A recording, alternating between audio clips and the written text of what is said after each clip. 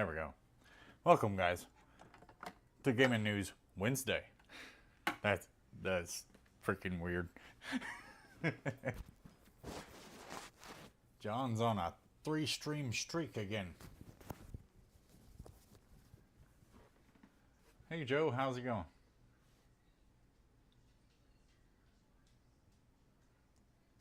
What's going on, John? You having a good night? Hopefully you guys have had a good week so far. Mine's been rough. I have no idea what stream stickers is.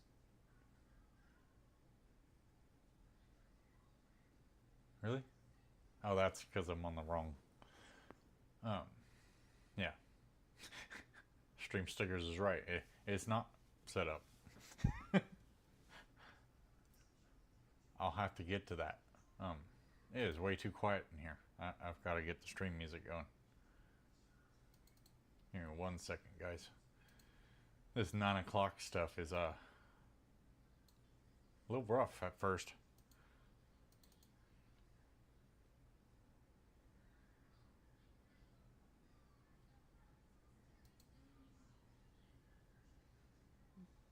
Hello? Hello? What? Why is my stream music not playing? Oh? Sir? Play music. There we go. Alright. I like it. Why is the camera pointing over there? Hey, asshole, I'm over here. Thank you.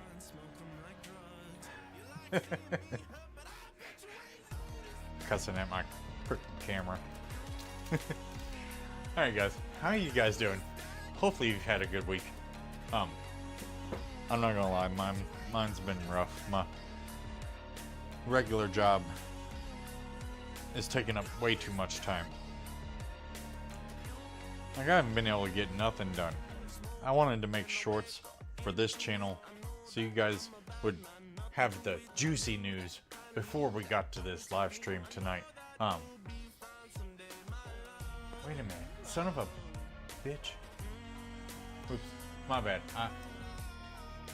I meant son of a. Actually, you're gonna have to give me a second. I forgot about the juicy news. Oh man, it was so terrible.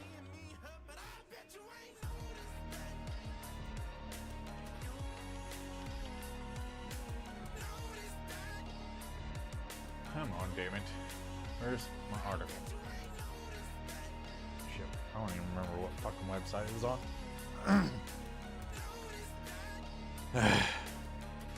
Sorry guys, I got a little discombobulated at the beginning of the stream, or right before the beginning of the stream, because, well, my latest baby mama's messaging me, and I've got millions of pictures of my baby to look at.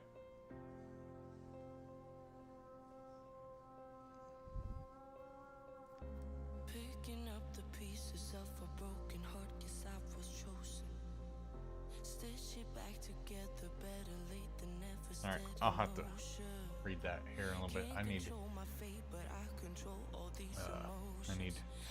not that. What's that? No, not that. Hello? Excuse me? I know I freaking saved it.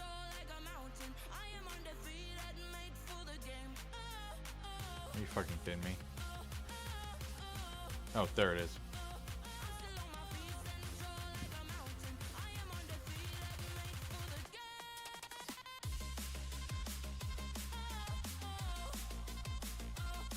There.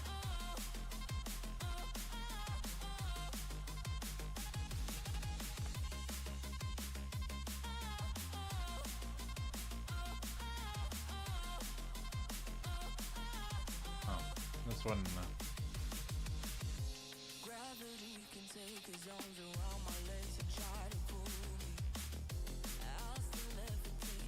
Oh, I actually have to. Apparently there's more than one article. Come on, guys. You're all killing me.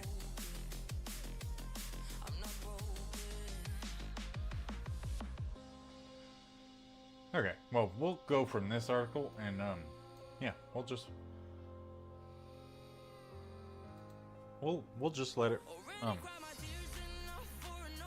we'll just let it play out the way it meant to play. Yeah, I ain't got nothing to drink. I ain't got. Let's get to the news, guys. Hey, the live chat's where it's supposed to freaking be. I like it. All right, guys, let's get to the news. Are you ready for the juicy news? Because since I just looked it up, it's first instead of last. But I still got juicier, well, not juicier, but I still got juicy news after the juicy news here at the beginning. Yeah. Are we ready, guys? Oh, you guys can kind of see it right there. There it is. There's the juicy news. Let's go. The first, before we get into this, while I'm reading the articles, I won't be able to see the live chat, so, yeah. I will come back to it as soon as I'm done reading the article. Speaking of the article, the juicy news, God of War Lofe, gameplay, release date, and everything that we know so far. This was only part of, what I was trying to find.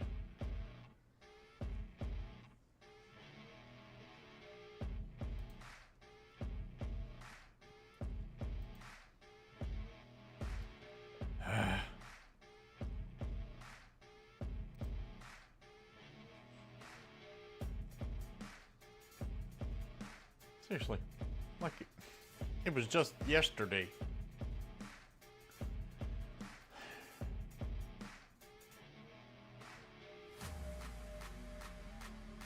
Okay, maybe they added it in with this article. Who knows? Let's find out. Gameplay, release date, everything that we know so far. The next chapter of the God of War saga launches in 2027 for the PS5.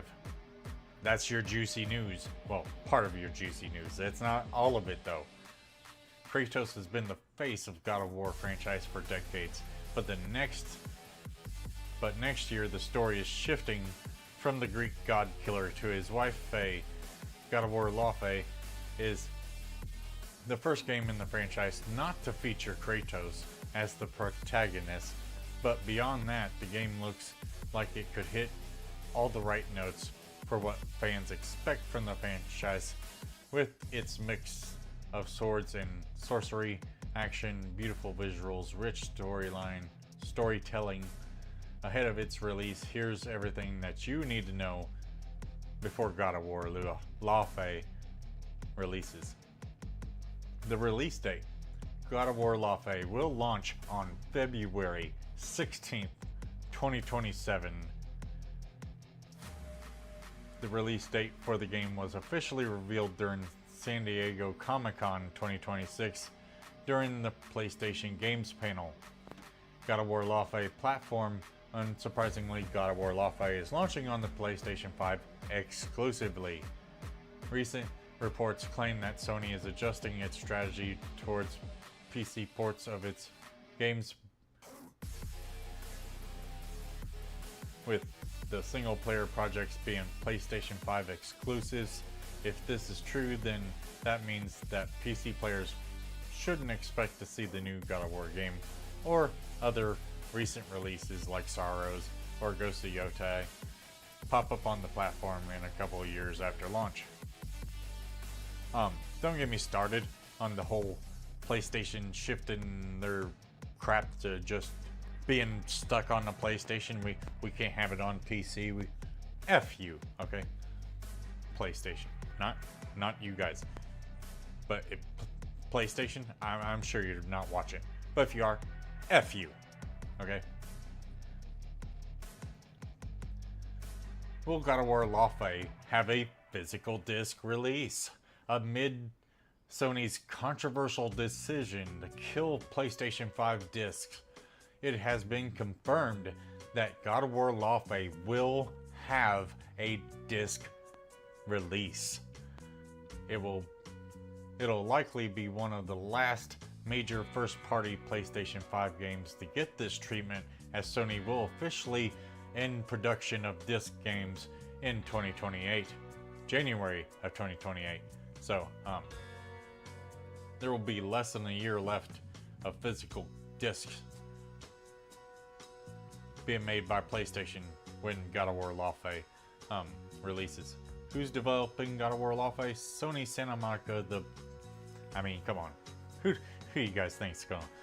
I mean, they're not. Sony Santa Monica is not gonna toss a new game to somebody else. Remakes?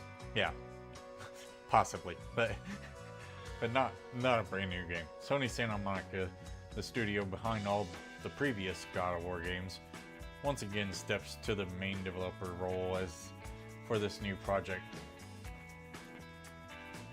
Ariel Lawrence is leading the project as the game director, has been with Sony Santa Monica since 2003 when the original God of Wars came out. Lawrence originally started out as an editor who cut the Tokyo Game Show trailer for the first God of War game. Amongst other projects, rising through the ranks of the studio, Lawrence took a brief hiatus from Sony Santa Monica after a few years of working on 2018's God of War, and then later returned to the helm for God of War Laufey. There's a whole trailer here that they played during the it was played during Summer Game Fest. You guys can watch it if you like. Just search God of War Laufey on Google. It'll pop this thing up probably first thing. It is about 20 minutes long, which isn't the reason why we're not watching it right now. I don't want to get hit with copyright crap from YouTube, and YouTube sucks when it comes to copyrighted music. So yeah, if you guys want to see it, go look it up. Compared to Kratos and his skillful application of brute force to help solve problems, Faye is far more graceful and nimble. Like the previous games, God of War Laufey is a third-person action experience built around chaining together various skills and weapons to dish out tremendous amounts of damage. For the new game, Sony Santa Monica said that it will focus on creating a fresh but familiar experience for players, with the studio establishing core pillars of fluid combat and plenty of world building. So far, we've seen Faye combine her magical powers.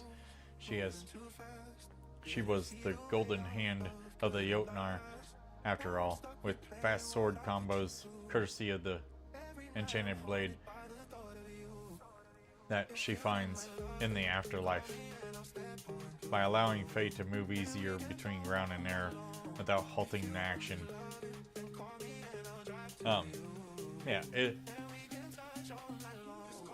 She's a badass. That's pretty much what the rest of this paragraph says. It says, Faye's a badass. And, I don't know about you guys, but I'm definitely playing that fucking game. If you ain't got a PS5, unfortunately, you won't be able to play it because it's a PlayStation 5 exclusive, but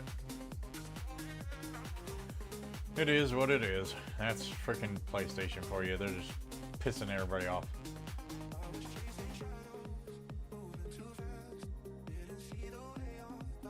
I'm not going to read too much of the story, because of the spoiler alert and stuff. Oh, I don't know. Let's go over the story.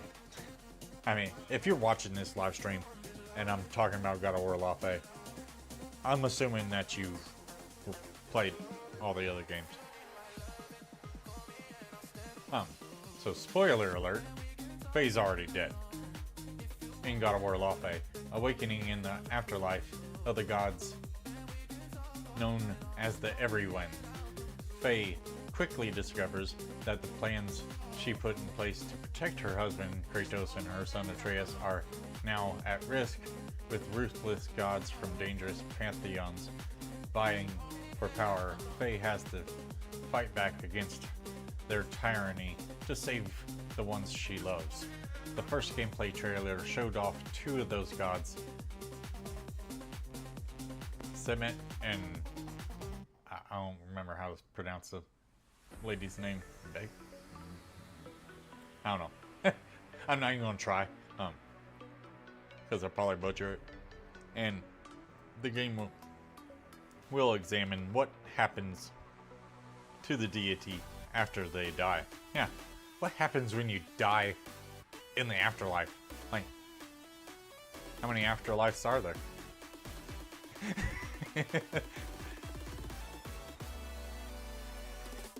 The everyone is the key to answering this question, as the location is described as the birthplace and endpoint to which all magic returns, a realm in which gods and creatures from different mythologies come together. These beings aren't exactly on friendly terms with each other, considering that Faye was the wife of Kratos.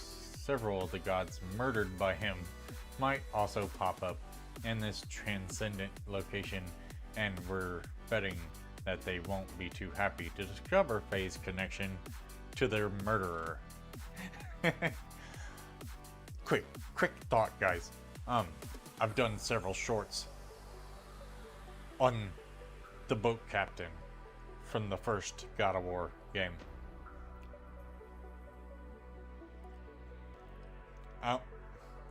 I don't expect him to be in this game, but it'd be cool if he was. Even though he's not like a magical being, so him being in everyone would make 0 sense, but that shit would be hilarious. Anyway.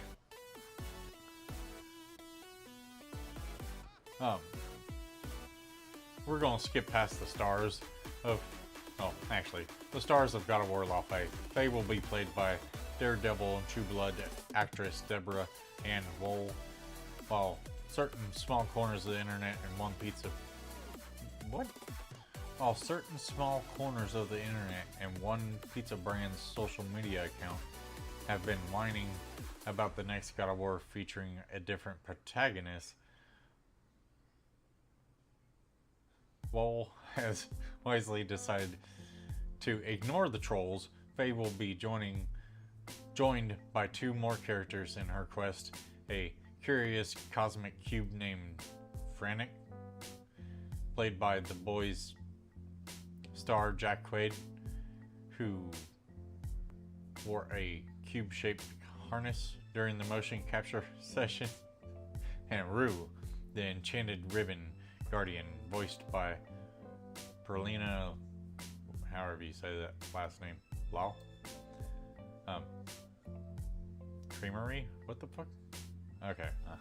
Rue is attached to the devastatingly powerful sword, and her role is to keep the weapon out of the wrong hands. What's next for God of War? Sony Santa Monica has confirmed. Here comes the juicier news, guys.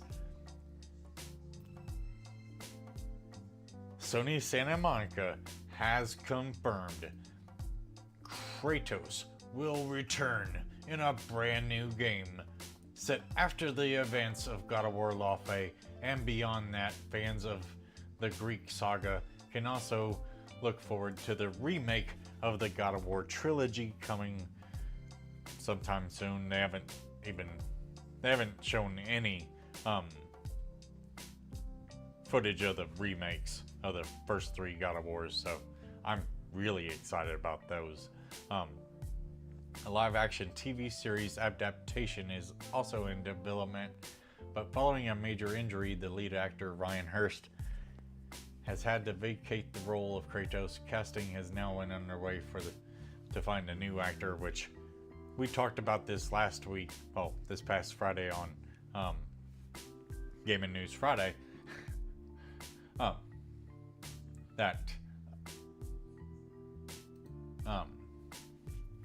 Beer Bombs, how's it going, buddy?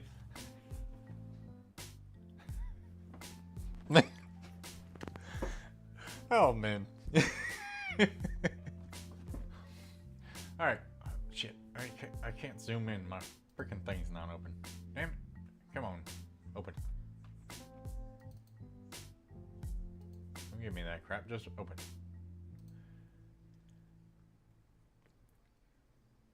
But yeah, that's the juicier news, is they're already planning, developing, who knows, but the next God of War game will have Kratos back in the driver's seat, and it's going to be set after the events of Lawfey, which I knew this is what they were going to do as soon as they came out with Lawfey.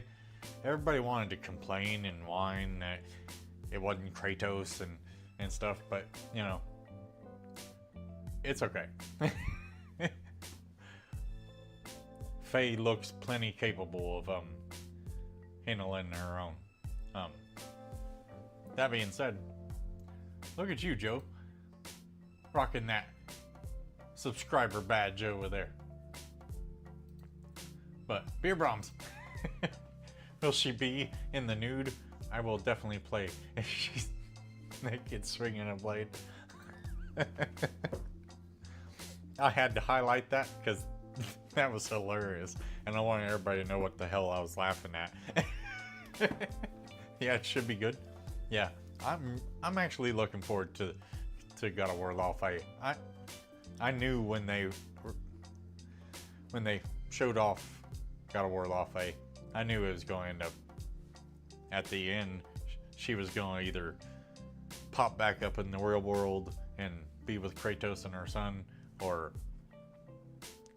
maybe she's gonna just pop up where Atreus ran off to, and then they both come back to find Kratos, you know? Something along that lines is what's going to happen, I imagine. But I knew the next God of War featuring Kratos would be after the events of Lawfey. But yeah, I agree, Beer Bombs, that it should be freaking good. Hopefully everybody just chills out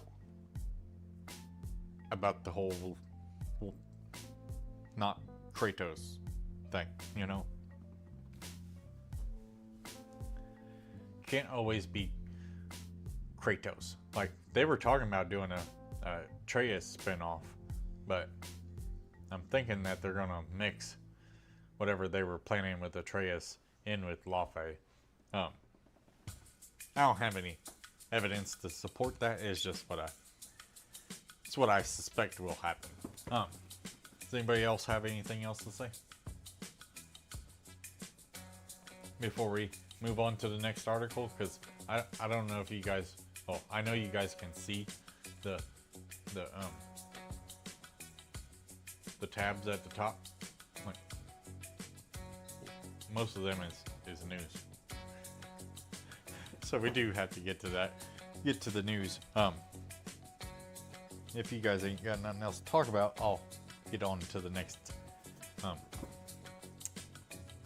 Actually, what's going on? Hold on, guys.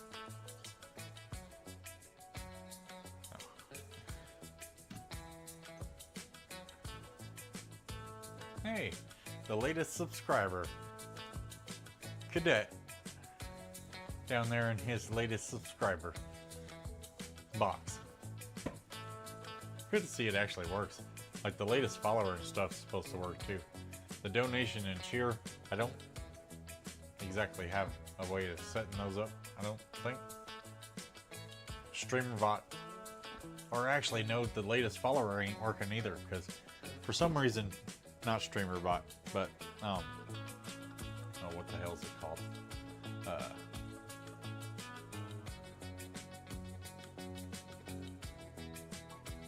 Stream Elements.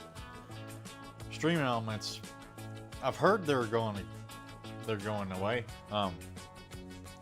If they do, like, I have all my overlays already made, so I don't really need Stream Elements for that. Oh crap, we have an ad starting soon. Live chat party, guys. I forgot about that. Live chat party. Ad.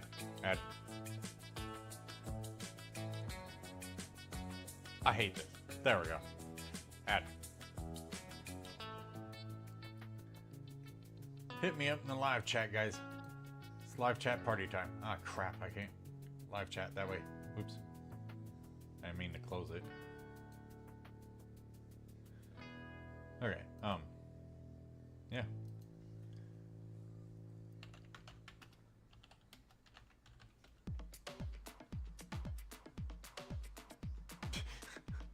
What the hell?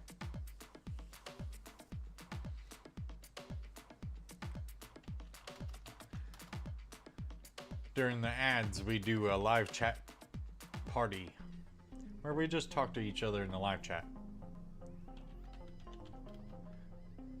It's my way of making sure that those of you that are watching Twitch ads aren't missing anything.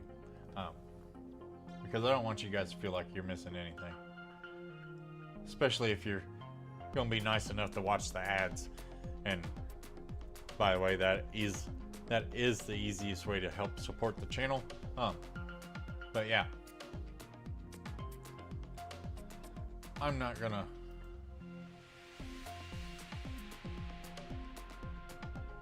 What the hell? Oh.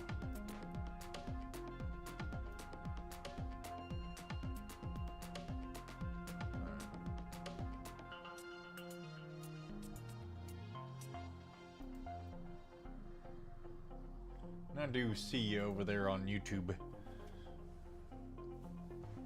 Hi. How's it going? You guys are lucky. YouTube and Kick, you guys don't have ads yet. Haven't gotten good enough on those two to have ads yet. Twitch, your all's ads are almost over.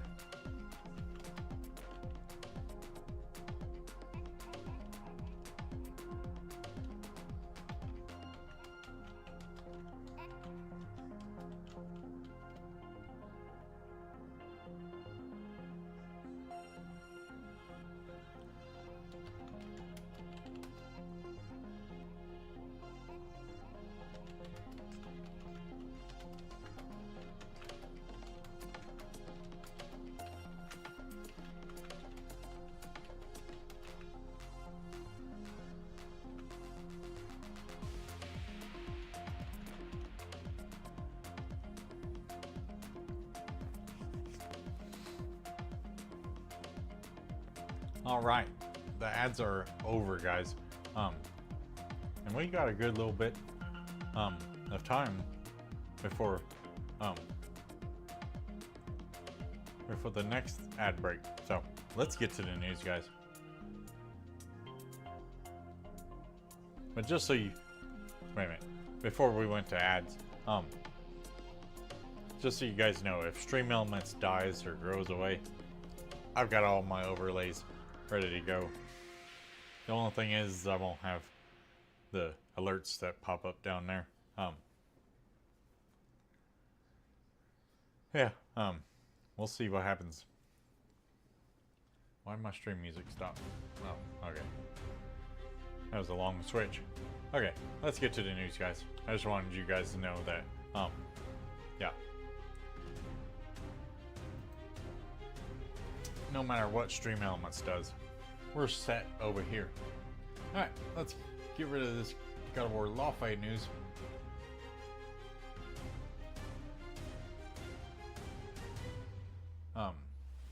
We don't need to look for the other article, because that article did sum up everything. The juicy news and the juicier news. We're getting a disc version of Lawfare, which, freaking thank you. Unfortunately, that will be the last God of War game that we get a disc version of. Bite me, PlayStation, you douches. Anyway,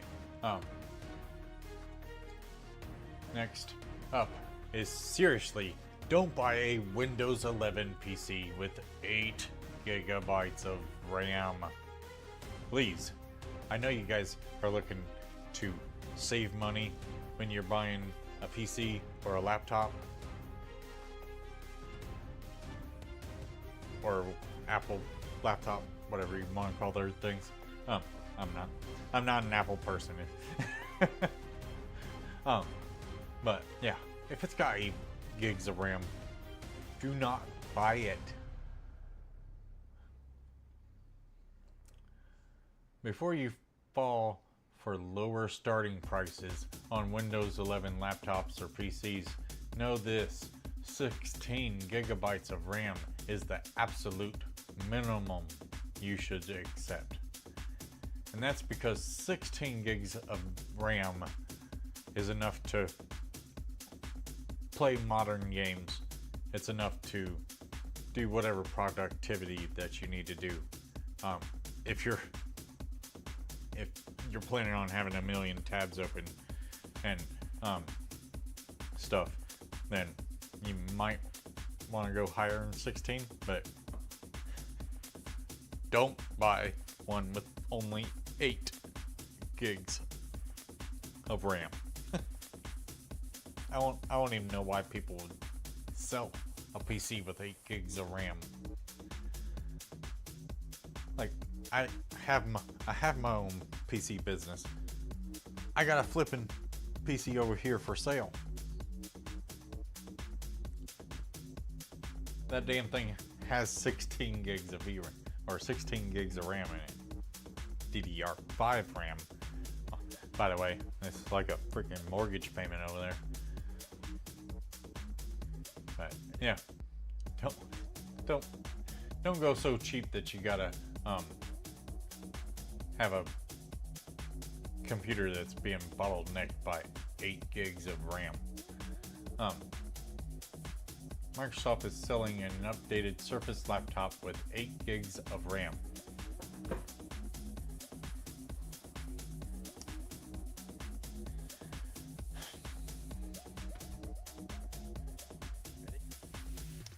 How'd I know it was Microsoft that was at the heart of this story?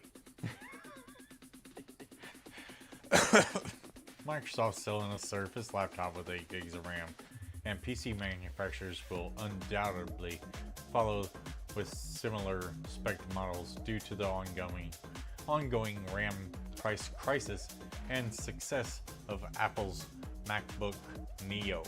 The Verge recently reviewed this version of the Surface laptop and concluded that 8 gigs of RAM wasn't enough to ensure a good Windows experience, so I decided to dig into that claim myself. On the software side, we generally recommend 16 gigs of RAM as the baseline, so I wasn't especially optimistic that Windows 11 could escape its reputation for poor performance with limited memory. In short, I agree that Windows 11 isn't ideal on machines with just 8 gigs of RAM. The OS struggles in easy to miss ways after opening a few tabs. During light multitasking scenarios, it starts swapping data to the disk, slowing down apps to preserve desktop performance. And then Windows becomes dramatically slower when you run powerful software such as Adobe Photoshop. Here are the full details of the test. Testing the best case scenario, a high-end PC severely nerfed. You put 8 gigs of RAM in a frickin' high-end PC? What the? Wow. For testing, I limited my Windows 11 desktop PC to 8 gigs of RAM via the MS Config tool. My computer software has a powerful, or my computer otherwise has a powerful Ryzen 9 9900X CPU and a speedy Samsung 990 Pro PCIe 4.0 SSD. Yeah, that's a bad CPU and SSD combo right there. And I mean bad in a good way, not just bad. These are generous specs in the real world. On a low-end laptop with 8 gigs of RAM and a slower CPU, Windows 11 might slow down even more than I outlined below. The Task Manager tells the truth. According to Task Manager, Windows was using about 6.6 gigabytes of RAM on a fresh boot. With just a few startup applications, my PC appeared to be functioning normally. I'll fucking learn how to speak here in a minute. Maybe I need something to drink. Next ad break, I'm actually gonna go get something to drink. File Explorer and the Windows desktop worked fine, for instance, but some issues began to appear after I started launching applications. As you can see here in this picture that I cannot enlarge.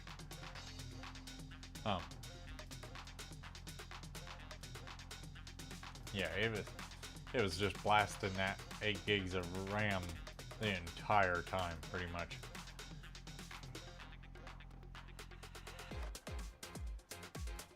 In testing, I first opened Google Chrome and browsed PC Mag in a single tab. Performance remained snappy. Then I opened 6 tabs, one of which had a YouTube video playing. Google Chrome performed well in this scenario as long as I didn't leave my browser. This workload didn't cause problems. Oddly, however, the Task Manager showed available system memory improving as I opened more browser tabs. This was the first sign that Windows 11 had begun to swap data from my PC's RAM to its SSD. In essence, the Windows 11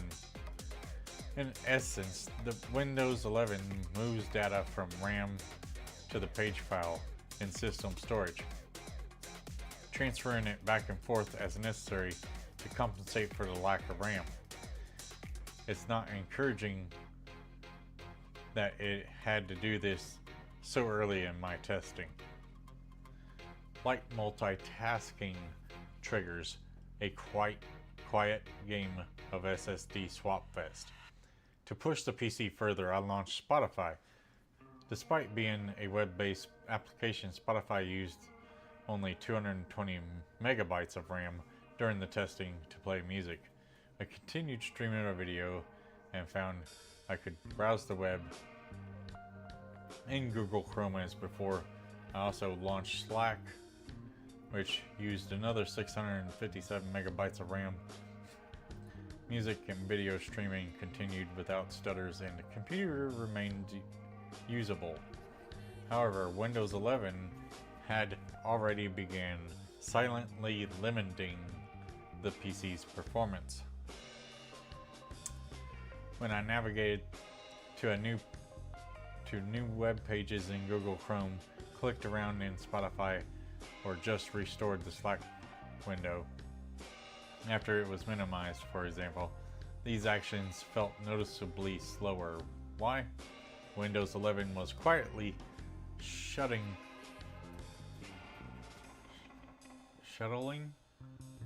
data back and forth between RAM and the SSD as I switched between apps.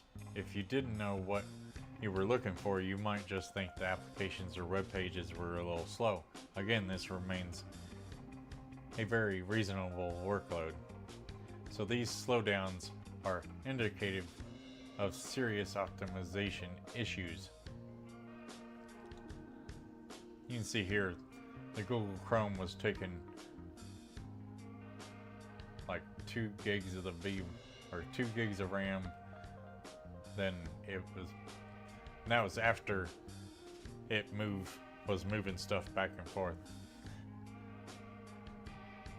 Pro apps turn Windows 11 into a reload and wait simulator. I also tested Adobe Photoshop on my configuration, which remained functional while I edited a small image. However, Photoshop put major pressure on the system memory with Photoshop open. Switching between running applications felt like a chore. When I switched from Photoshop back to Slack, Slack showed a white screen for a second while it was being swapped back to RAM.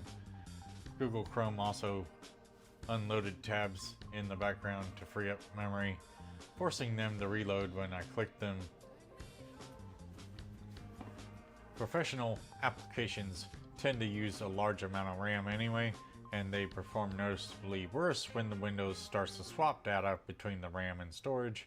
For instance, a virtual machine I ran in VMware workstations was extremely slow, with Windows slamming my SSD with writes the entire time. You should expect a similar experience with video editing software and the like. To be fair, the MacBook Neo also struggles with demanding workflows, so Mac OS isn't immune to these issues either. So you Mac users, don't be dropping comments in the comment section of the video on YouTube going, "Oh, you should have bought Mac. Macs are better."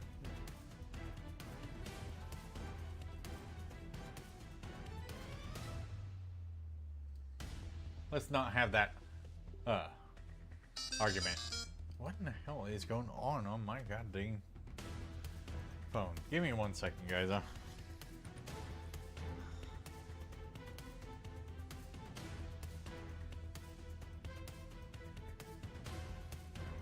Okay. So what do you guys think about that article?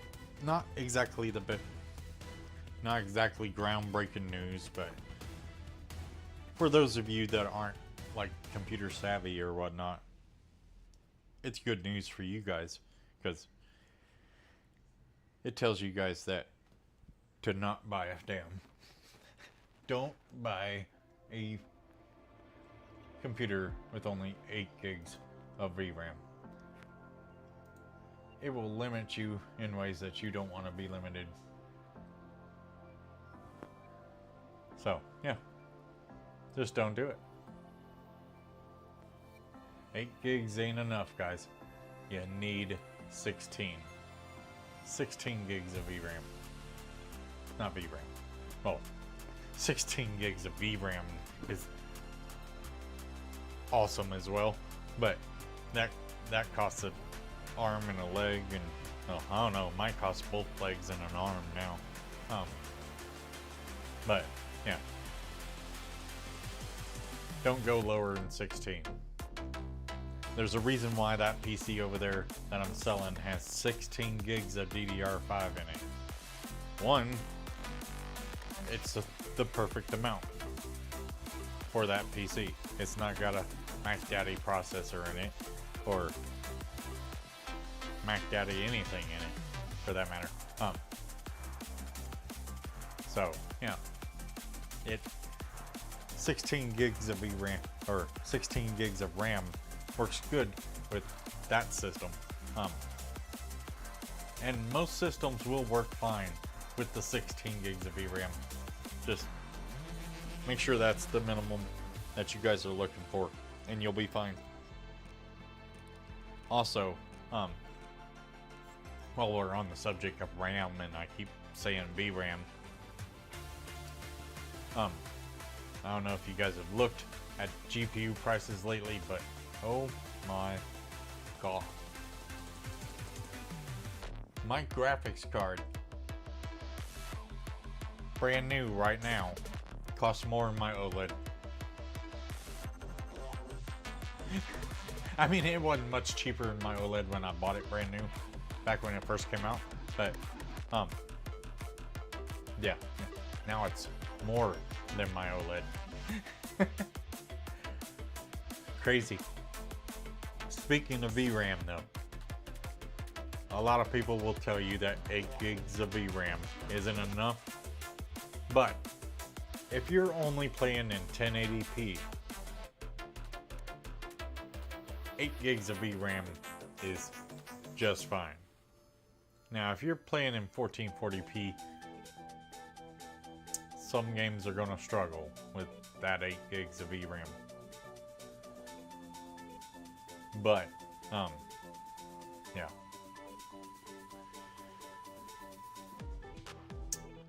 Make 8 gigs of VRAM your minimum. I say that because there's an article that we're getting to here in just a second, which when I first read it, I really couldn't believe what I was reading, but yeah, you'll see. Let's get to the news, guys. Since you guys ain't hitting me up in the live chat, come on, guys, live chat. Anyway, let's get rid of this news and let's get to the next batch of news, and that's the re-emergence of Nvidia's GeForce RTX 5070 Super Series. The specs, performance, and price, everything we know so far. At a glance, you will notice a slightly more GPU cores alongside potential higher clock speeds, 50% more VRAM than the regular 5070, and finished hardware reportedly already in the hands of the partners. But the launch is still on hold.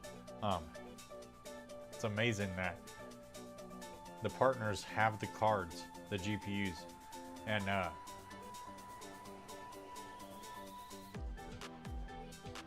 but the launch is on hold. Let's get to it. Nvidia's RTX 50 Super lineup has followed a remarkably uncertain path, but the GeForce RTX 5070 Super may ultimately become one of the most important additions.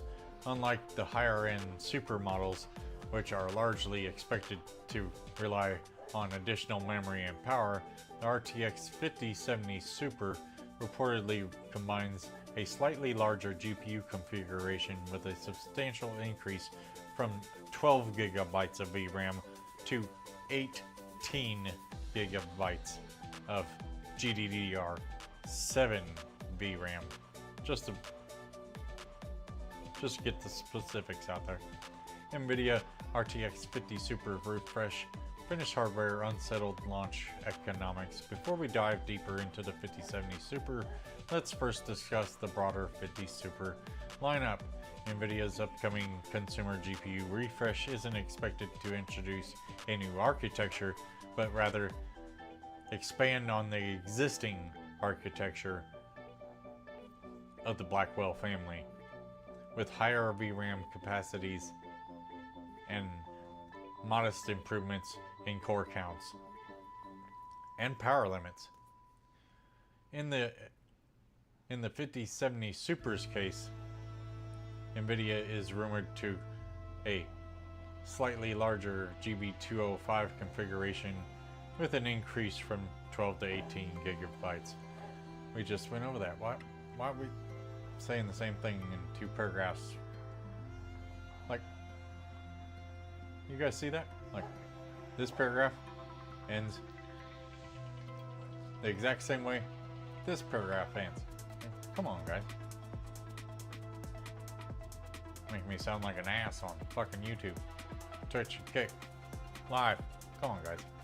WCCF Tech, I expect better from you guys. The problem is that this strategy depends heavily on 3 gigabyte GDDR7 modules, which limited availability of the steep pricing of reportedly disrupted Nvidia's launch plans. Although the RTX 50 Super hardware is now said to have launched, at least hardware has now said to have reached, not launched. I was about to say launched. What the? Has reached at least one board partner. Nvidia has reportedly placed the lineup on hold while it determines how to deal with the much higher cost of these memory chips. No revised release schedule has been communicated so far. So while the 18 gigabytes of VRAM in the 5070 makes plenty of sense on paper, especially for high-end 1440p gaming, more demanding 4K workloads, content creation, local AI, the launch may still prove difficult if 3 gigabyte GDDR7 supply and pricing remain problematic. Nvidia's refresh could arrive later than anticipated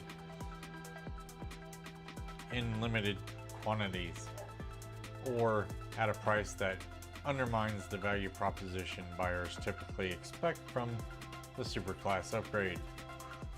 Nvidia's 5070 Super full GB205 silicon with 18 gigabytes of GDDR7 and a higher TBP. Let's talk about the 5070 Super now. I'm sorry. We've been talking about the 5070 Super the whole freaking thing. Like, fuck you mean? Let's talk about the 5070 Super now. That's all we've been talking about. While the first reference of the card surfaced in April 2025, the more detailed specifications appeared a few months later. Nvidia's refreshed 70 class model is expected to use the full GB205-400A1 configuration with 50 streaming multiprocessors and 6400 CUDA cores, compared with the 48 SMs and the 6144 CUDA cores on the standard 5070. This represents a modest 4.2% increase in core count, meaning the 5070 Super should receive a small silicon upgrade in addition to its larger memory capacity and higher total board power envelope. The memory subsystem remains the primary highlight, as the 5070 Super is expected to move from 12 to 18 gigabytes of RAM, marking the substantial 50% capacity increase. Memory speed is reportedly unchanged at 28 gigabytes a second, paired with the same 192-bit interface, leaving total bandwidth at 672 gigabytes a second. While the Super model offers considerably more VRAM headroom, it does not appear to gain any additional raw memory bandwidth over the 5070. The larger memory pool is reportedly enabled by 6 3GB GDDR7 modules, replacing the 2 GB chips used on existing models in the 5070 series to this date. Rather, the other noticeable change is the TBP, which rises from 250 to 275, a 25 watt increase or 10% increase, however you want to put it. Combined with the additional CUDA cores and the larger power budget, could provide some extra performance beyond the VRAM capacity upgrade. Potentially through higher or more sustained clock speeds. However, exact frequencies remain unknown, so the card's defining advantage is still its much more generous 18 gigs memory configuration.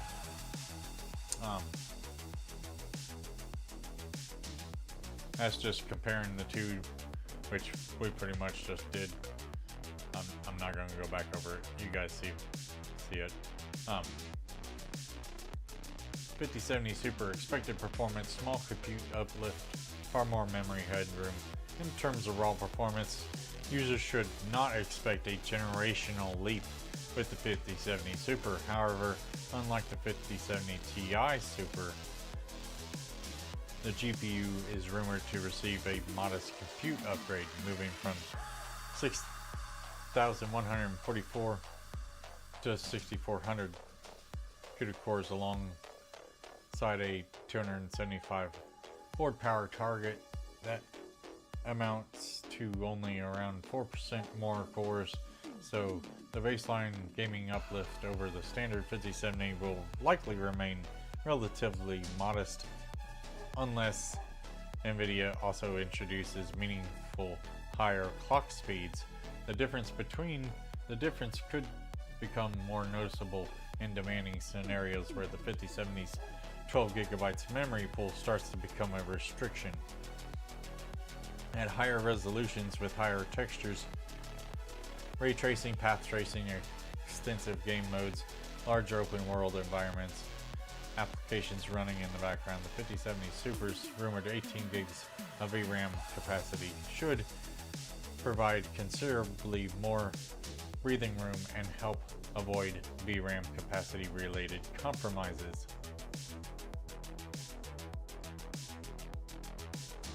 It's higher than 275 watt TBP, 25 watts or 10%. We just talked about all that. Like, why does this freaking article keep repeating itself? You know.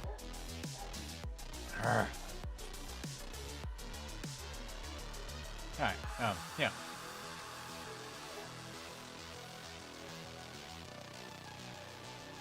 Y'all give me 1 second.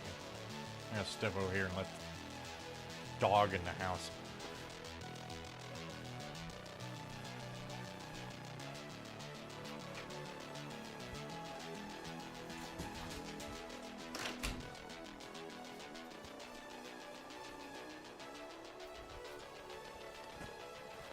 All right.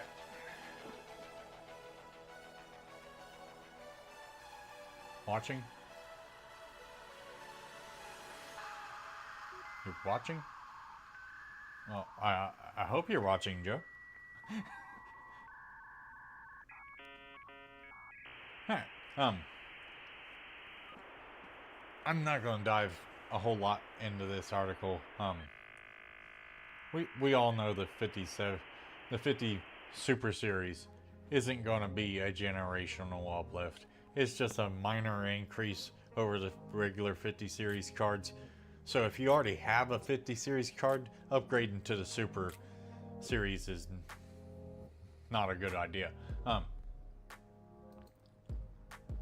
But if you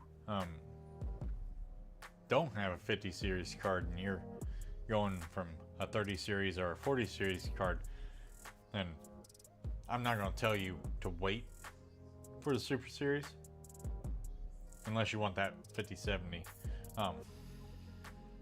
If you're wanting the 5070, I would wait for the Super Series as far as the 5070 series goes. But that's just because having more VRAM is very important, especially if you want to play in 4K, which I do. So, yeah. There's that. Alright, let's get to the next article.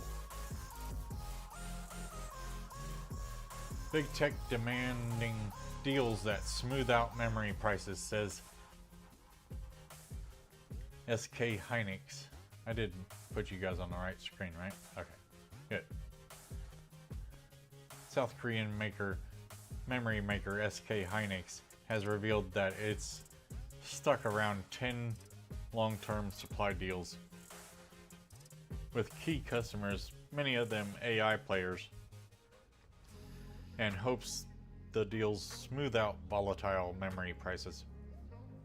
The company revealed the deals today along with Q2 results that saw quarterly revenue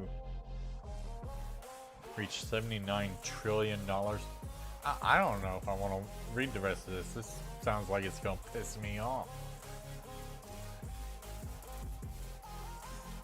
79 trillion. That's how much the mofos made off our ass by hijacking the freaking DDR memory prices up through the roof. I think we got an ad coming, so I'm not gonna dive a whole lot into this. Yeah, there's an ad in 1 minute, guys. I'm just gonna go ahead and take a break during this ad break so I can get me something to drink. I really need something to drink. But yeah, you guys don't go where this gaming news isn't even close to being done yet. So don't go where we've still got juicy PlayStation news. We've still got juicy AMD news. A few AMD articles. And a bunch else. Much more. don't go nowhere. Thank you guys on Twitch for those of you that are going to be watching the ads. It is the easiest way to help support the channel, and it is much appreciated. Thank you very much.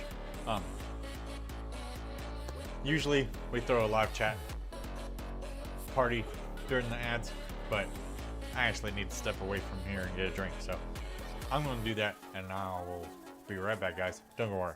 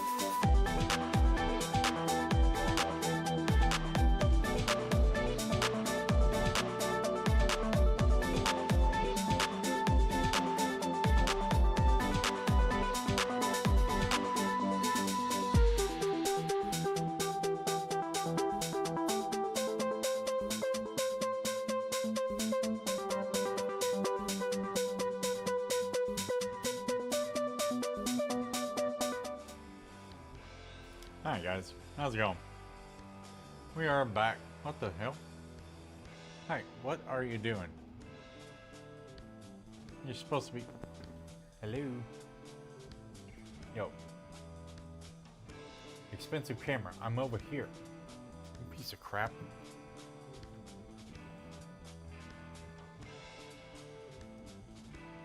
I'm about to turn this stupid thing off.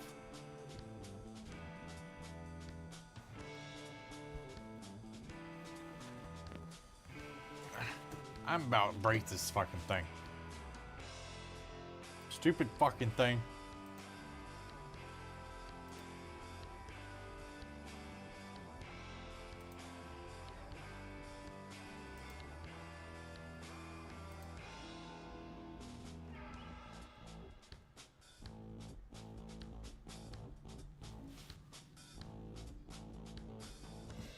What in the hell is this thing's problem?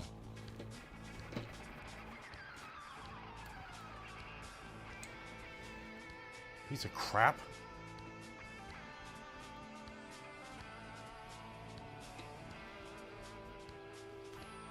I mean, talk about friggin' annoying the crap out of me.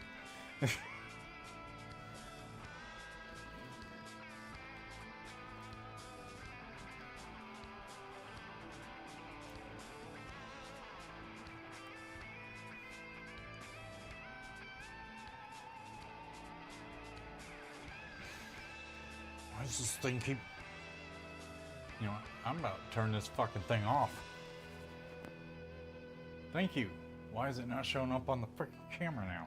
Or stream?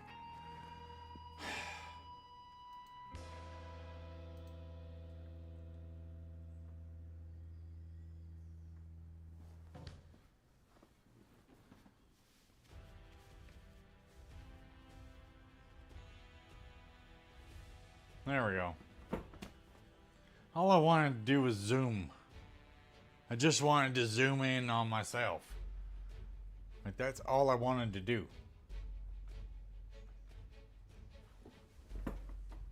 Oh, now I know what it's doing.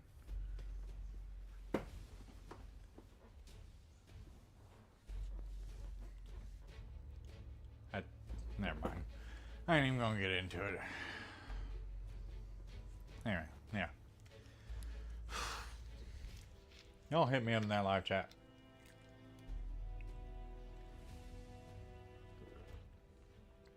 Finally, something to drink.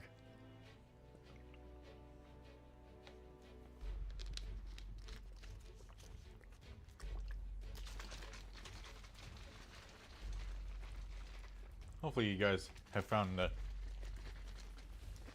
news helpful to you guys. We're not done yet. We're not even close. Y'all hit me up in that live chat. Twitch, Kick, YouTube. I've got all of you here. Let's get back to the news. Just so you know, while I'm reading the articles, I do not have access to the live chat. So I will see what you guys hit me up with the live chat within the live chat. As soon as I'm done reading each article, I'll come back so we can have a live chat. So yeah, let's get to it, guys.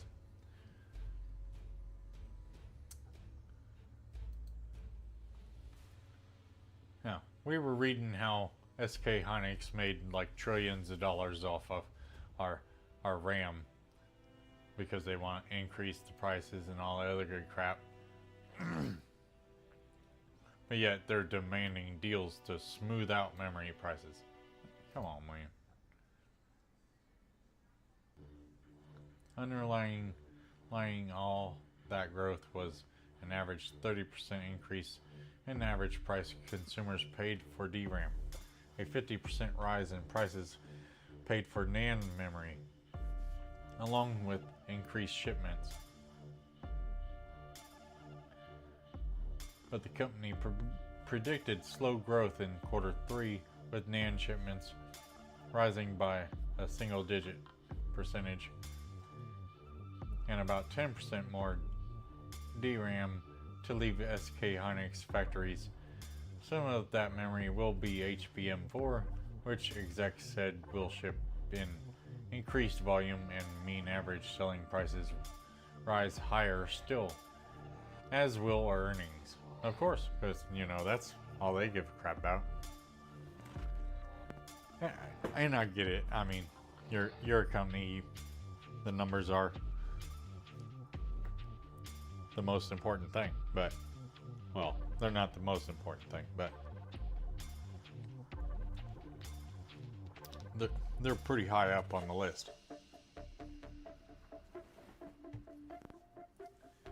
Execs pointed to the company's colossal expenditure of additional manufacturing capacity, but said they see no risk of creating oversupply because the AI industry has a voracious appetite for memory and will do for the foreseeable future. Indeed, company president, however you say that guy's name, said SK Hynix's relationship with customers is evolving beyond transactional relations into more strategic long-term partnerships, and said that behavior serves as the evidence of the sustained demand coming from the AI ecosystem. SK Hynix big customers are therefore typically doing deals that last up to 5 years and structuring those arrangements to keep prices steady. The object is to reduce uncertainty arising from the short-term market volatility while enhancing long-term business stability for both our customers and SK Hynix, Song said. At the same time, it is equally important to secure effective purchase commitment given the impact that demand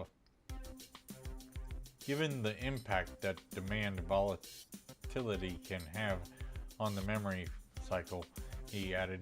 In addition to long-term volume commitments, the agreements include mechanisms such as deposits that can strengthen contract implementation and demand visibility.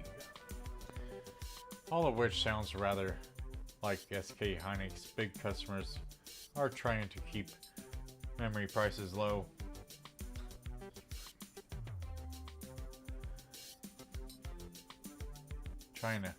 Wait a minute.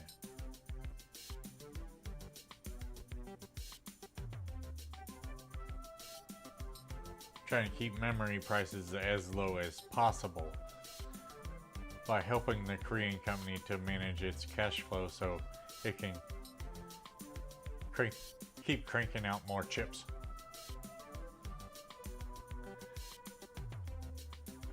Head of Investor Relations Park Song, whatever his name is, argued that the demand for memory and storage will remain strong for years to come, even if major AI companies find themselves with more data center capacity than they need.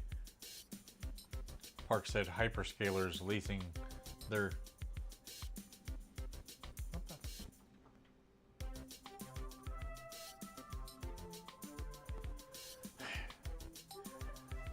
Anyway, says hyperscalers leasing their data centers is a sign of increased utilization rates for existing AI infrastructure.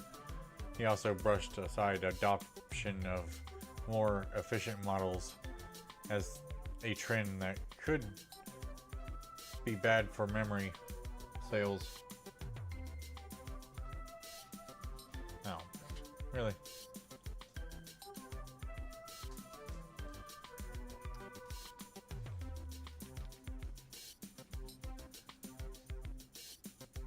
But yeah, they're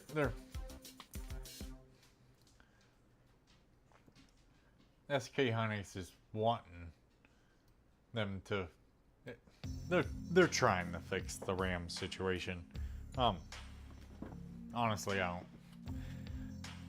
I have a hard time believing any of the bull crap that comes from SK Hynix or or any of the big three manufacturers of RAM.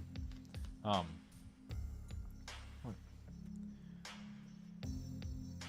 like the price don't have to be high to begin with. Like y'all make the memory. Y'all are in charge of the price. Like they're not buying the memory from somebody else. They're making it. So yes, there's money involved in making the RAM, but as far as that's concerned, like SK Hynix and stuff, they just make the chips. That's it, and they put them on the little PCB. They send them to the board partner. The board partners then put the fancy RGB lights and the surround that surrounds the actual PCB of the memory chip or stick. I mean, yeah.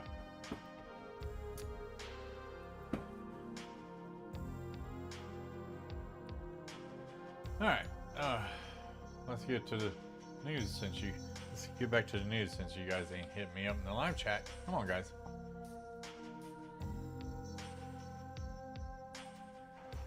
Anyway, next on the list is the AMD news. And if you thought, remember earlier when I said don't buy a damn computer with 8 gigs of RAM? And that 8 gigs of VRAM was the bare minimum that you should go for? Well, look at this. An AMD Radeon RX 9050. 4 gigabyte. 4. Not 6, not 8, 4 gigabytes of VRAM. GDDR6 RAM at that. And it's running on a 64-bit bus. Like this is... If you're running integrated graphics, this card will help you out. If you're not running integrated graphics, leave this card alone. Especially at the 4 gigs of VRAM. Now, they did, however, make a 8 gigabyte model to the 9050, which we're going to get into here in a second. It says here the Radeon RX 9050 4 gigabyte is the graphics card by AMD, launched on July 28th, 2026, built on the 4nm process based on the Navi 48 graphics processor and its Navi 44 variant. The card supports DirectX 12 Ultimate. It ensures that all modern games will run on the 9050 4 gigabyte. Additionally, yeah, not all modern games are going to run on that 9050. I don't give a crap if it runs Windows or DirectX 12 Ultimate or like DirectX 12 Ultimate isn't going to make 4 gigabytes of VRAM work.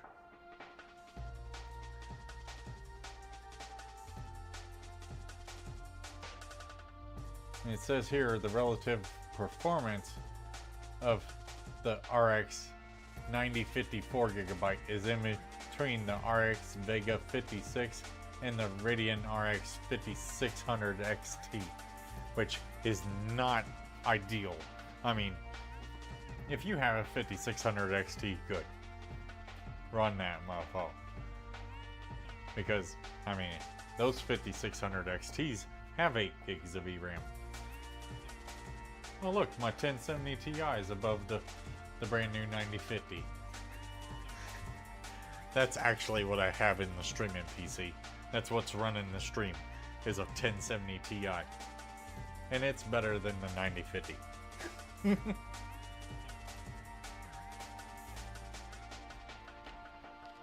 Yeah, you can see on the performance chart here, like, it sucks.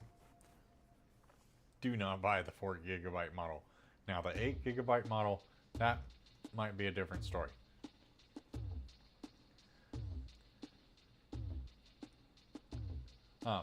Here's all the specs, you know, the clock speeds, basic clock speed, 1700 megahertz. What the?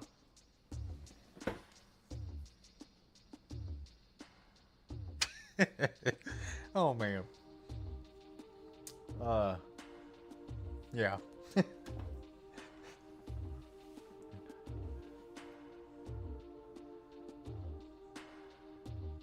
Let's see if really, where's the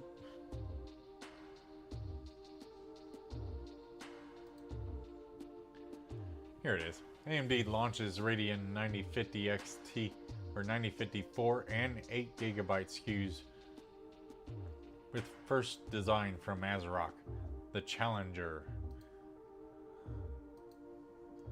That's what the Challenger 9050 looks like. It's a 2-slot card, which I'm not real surprised that it's a 2-slot card. I mean, you can't really get smaller without like not having fans. It kind of looks all right from the front anyway. I like the little RGB strip on the bottom that's halfway there. The 8-pin is in its normal location, so that's always a plus. They didn't do what freaking Nvidia did with the flipping. I think it was a 5050 or no, it was the regular 5060. I think it was. They put the freaking thing. They put the power connector. This power connector is right here. That's where it's usually at on all cards. That's usually where the power connector is. It's right there. For some reason, Nvidia with the new 5060 8 gigabyte, they put the connector right here. No manufacturers ever put the cord there. Like, come on. Because, yeah, you guys know.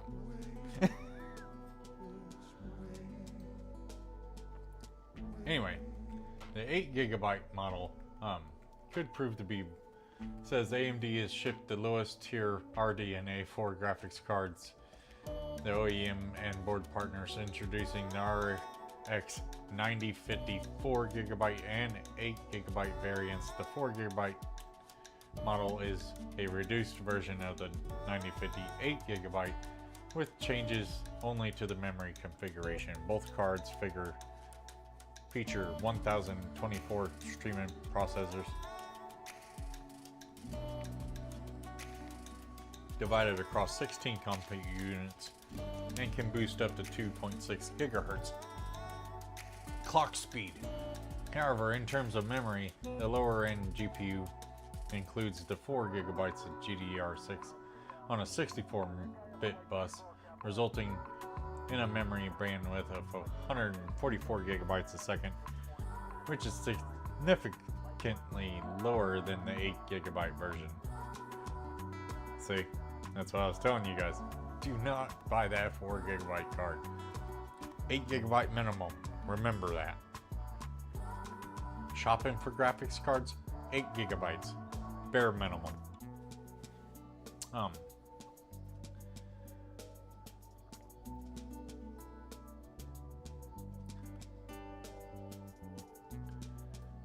Says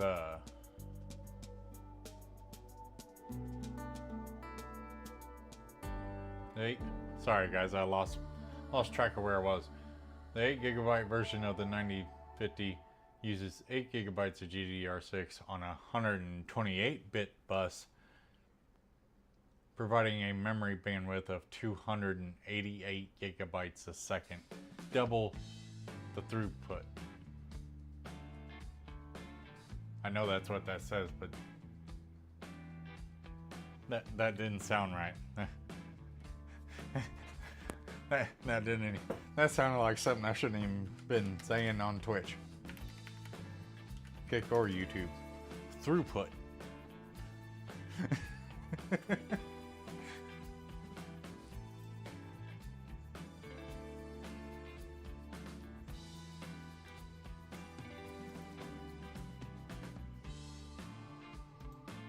Sorry guys, give me 1 second.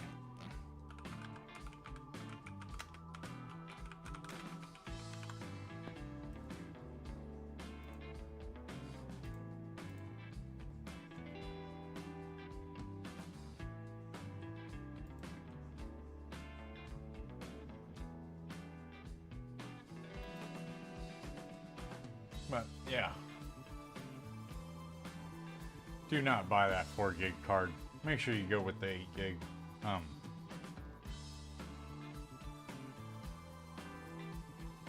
It's just the way to go. I wish they had more, like, hold on. AMD's first launch partner appears to be ASRock, which has developed the 9050 Challenger 4 GB to complement the 9050 Challenger 8 GB. For both of these models, ASRock recommends a 450 watt power supply. Wow. And requires a single 8-pin PCIe connector.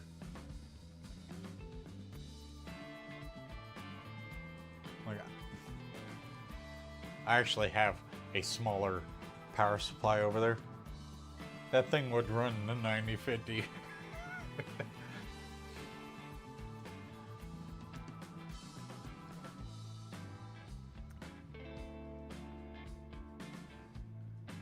It measuring 249 by 132 by 41 millimeters, it is designed to fit into many PCs with its standard size. The all-black aesthetics are shown below. Pricing, availability, and specific card TDP have not been announced yet, so we will have to wait a few more days to learn these final details. How'd I know they weren't going to have the freaking price? I'd assume it's somewhere around the $200, $250 mark. The 4 GB model might actually be like right around 2, if not under 2. Like, me personally, if they sell that 4 GB one for more than 150 bucks, I wouldn't buy it. Dude, what?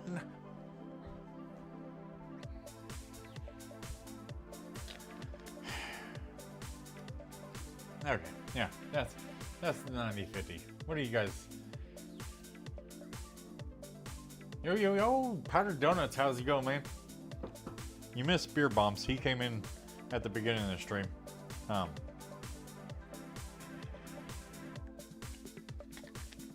think he done bounced out though. I hadn't heard from him in a good minute. So if he's here, oh, look at you, Powdered Donuts. You rocking that all blue subscriber badge. I don't remember which one that is. Oh, that's the 4-month, or no, it's a 3-month badge. So there isn't a 4-month. Yeah, that's a 3-month badge.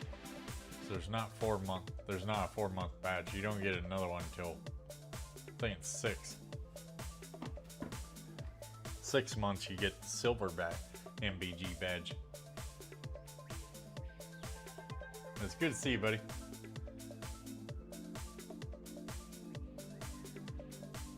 You made it just in time for the bad 9050 news. Since you arrived, oh, nope, there's Beer Bombs. How's it going, man? Fire up, that's Spider-Man, let's ride.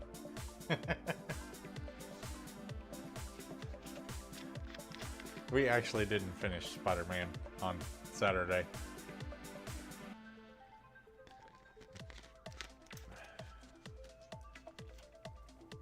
Alright guys, Powdered Donuts, since you just arrived, I'm going to give you the juicy and juicier news that actually happened. Is that thing point? Okay. the uh, the juicy news. God of War Lawfare. We're going to get a disc version of God of War Lawfare. Miles this Saturday? Yes. We're going to be starting off Spider-Man Miles Morales this Saturday on Sippin' Saturday. So if you guys want to see that get played, we will be doing that this Saturday. I'm actually really excited for that. But the next gameplay live stream is actually going to be tomorrow night. We're bringing back Throwback Thursdays so we can finish Metal Gear Rising Revengeance.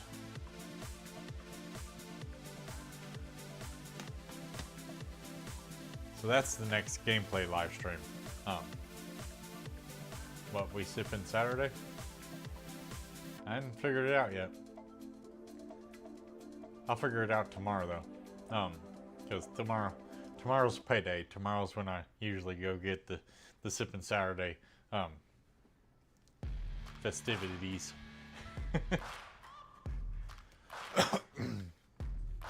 Probably going. I'm thinking go back to the whiskey, I think. That's what I'm thinking. So we tried the beer last week. That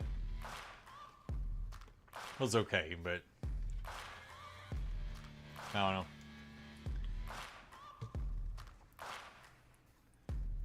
So, yeah. I'm thinking we're going to go back to the whiskey. I don't know if I'm going to get the same one that I got last time, though.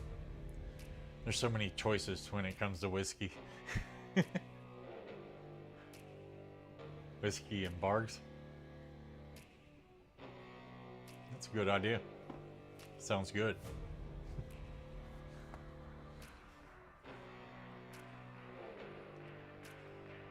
Alright. Let's try to... You guys keep hitting me up in that live chat. I'm going to try to get one last article read before the next ad break. Now that the 90... Oh, actually, you know, we're just going to chill here. Till, why is that thing pointing down? Yo, stupid camera.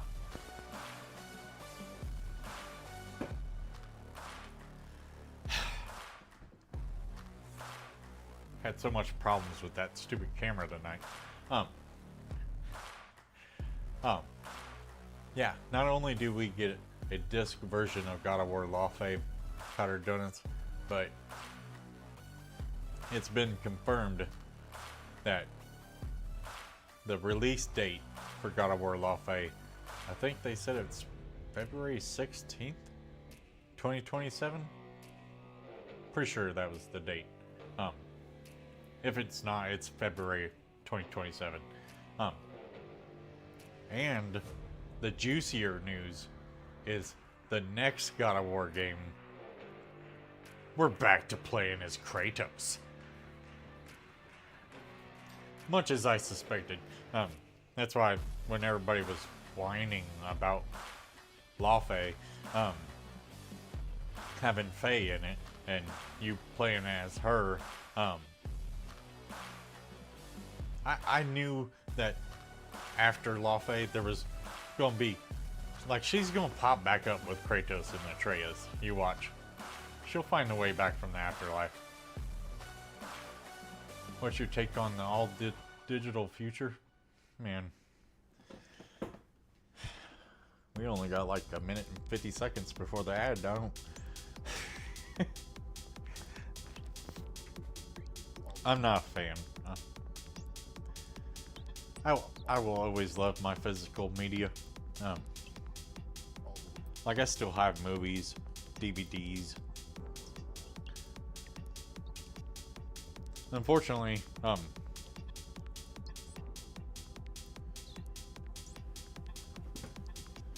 heck, I didn't even notice his profile pic. Oh yeah, the eagle. Hell yeah, that's nice.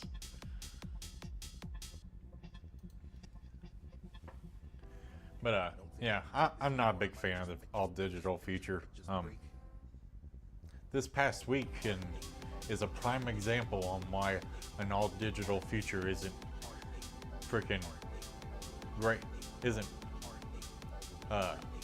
ideal. This past weekend, guess what happened? PlayStation Network went down.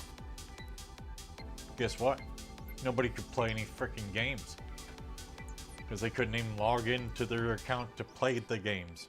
Dude, put them on. So yeah, I'm not a big fan. That locked people out of their consoles pretty much all day that day. Unless you had disc versions, like you could still play your PS5 disc if you had them. Me, I'm always gonna. Oh, here comes an ad. Live chat party, guys. Why did I do that for?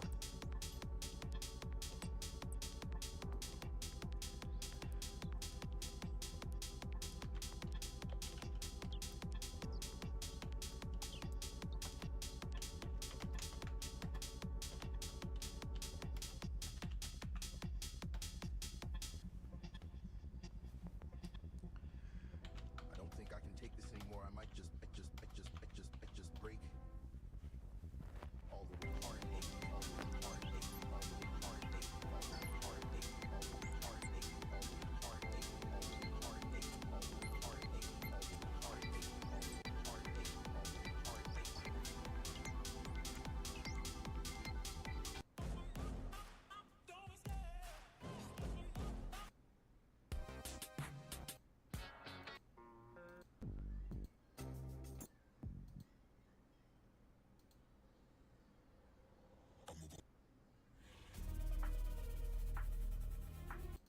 heartache, all the heartache, all the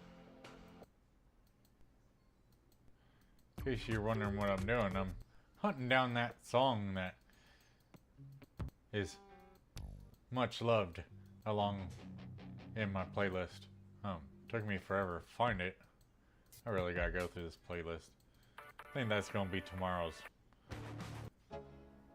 Oh, no, it can't be tomorrow's because Thursdays suck. That's like all the live streams start at 9 p.m. now, except for Throwback Thursday because I start work at or I don't get off work till 8:30.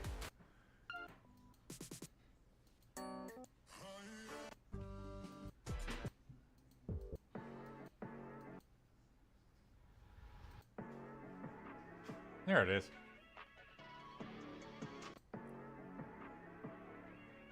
Damn it. There we go. I'm gonna leave it alone now. Beer Bums likes this song.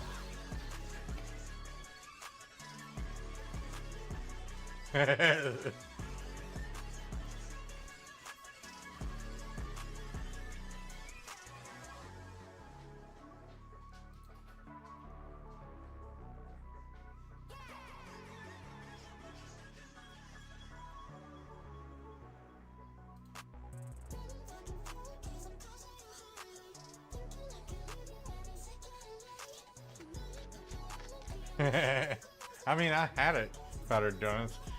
It was part of the playlist. It wasn't the Be Right Back song anymore.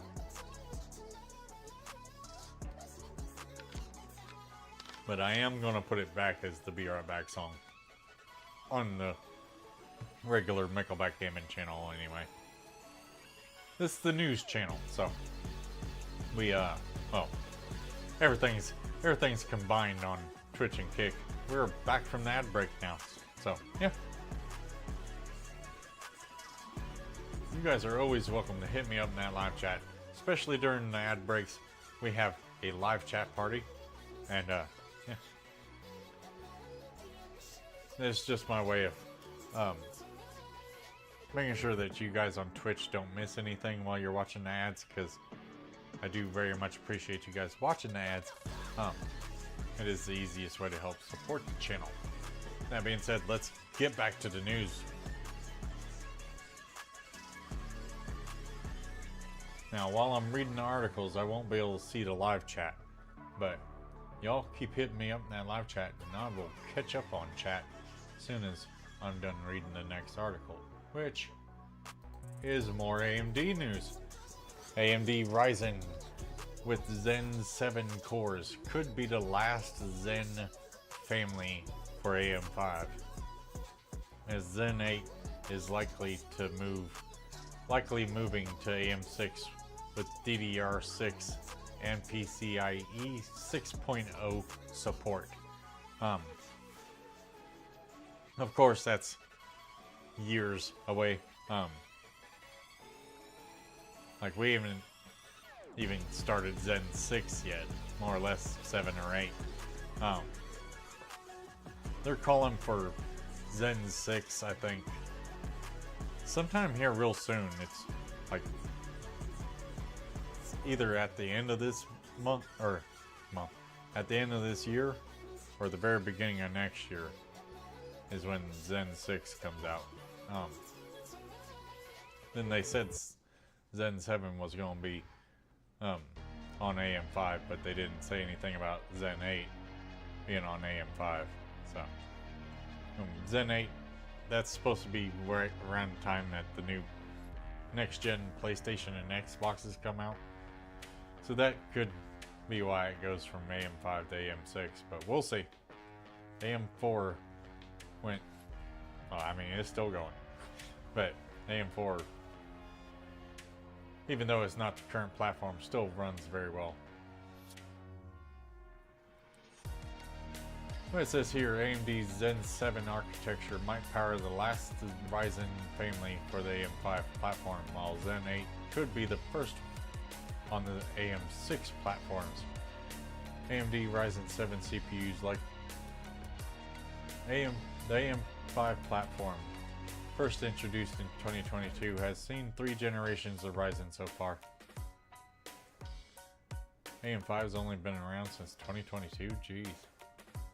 Yeah, it's definitely going to be like 2028, 2029 before AM6 comes out. Like, I don't foresee it coming out before that, but that's about the time that these Zen 8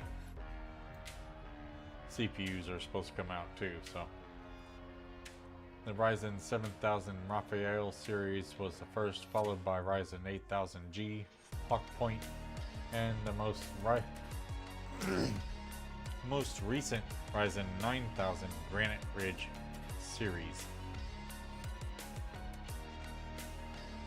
Next up, AMD will be introducing its Zen 6 based Olympic Ridge family, which is going to bring some nice upgrades to core counts, clock speed.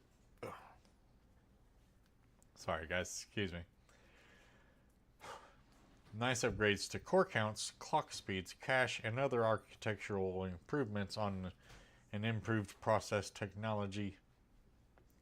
During its Advancing AI 2026 event, AMD outlined 2 next-generation Zen architectures, Zen 7 and Zen 8, and we wanted to correlate how those fall into a 29 plus commitment and Zen roadmap previews the last Ryzen desktop family.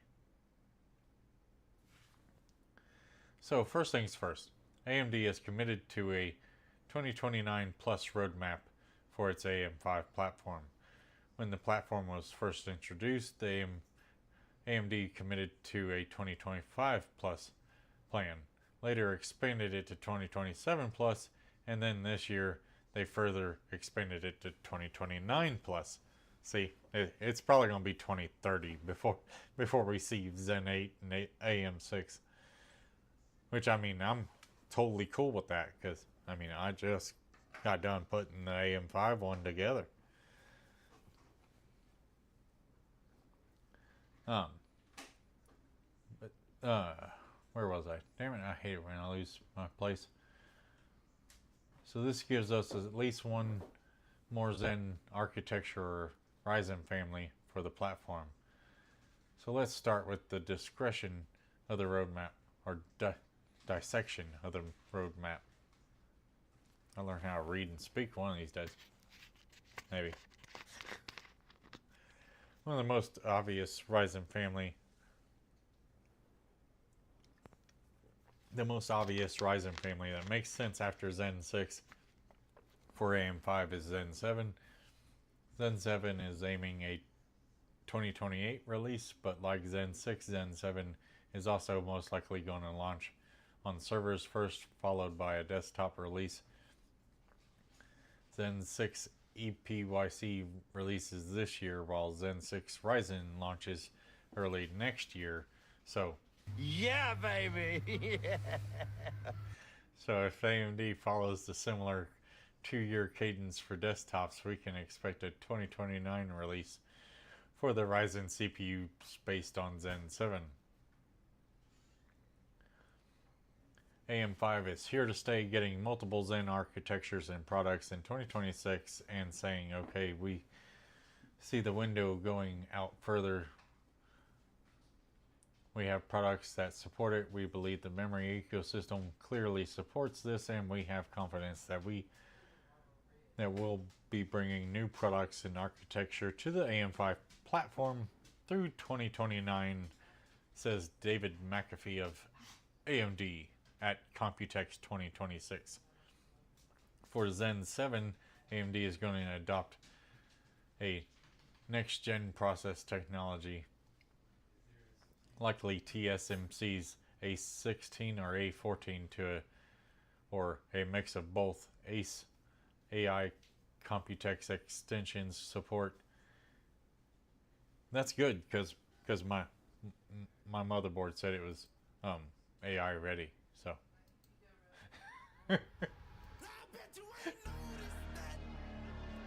have you guys noticed that on all the motherboards here recently? Like they put AI ready on the bottom of all the motherboards.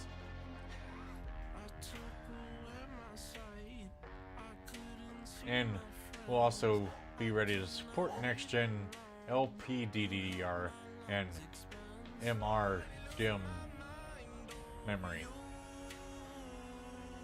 Now here's where things get a bit confusing. Zen 7 expands EPYC and Ryzen capabilities on existing platforms. You'll see the Zen 7 or the 7th gen Florence family is still based around the SP7 and SP8 platforms, which support DDR5. So moving to the next gen DDR6 memory remains unlikely. AMD is likely referring to faster DIMMs.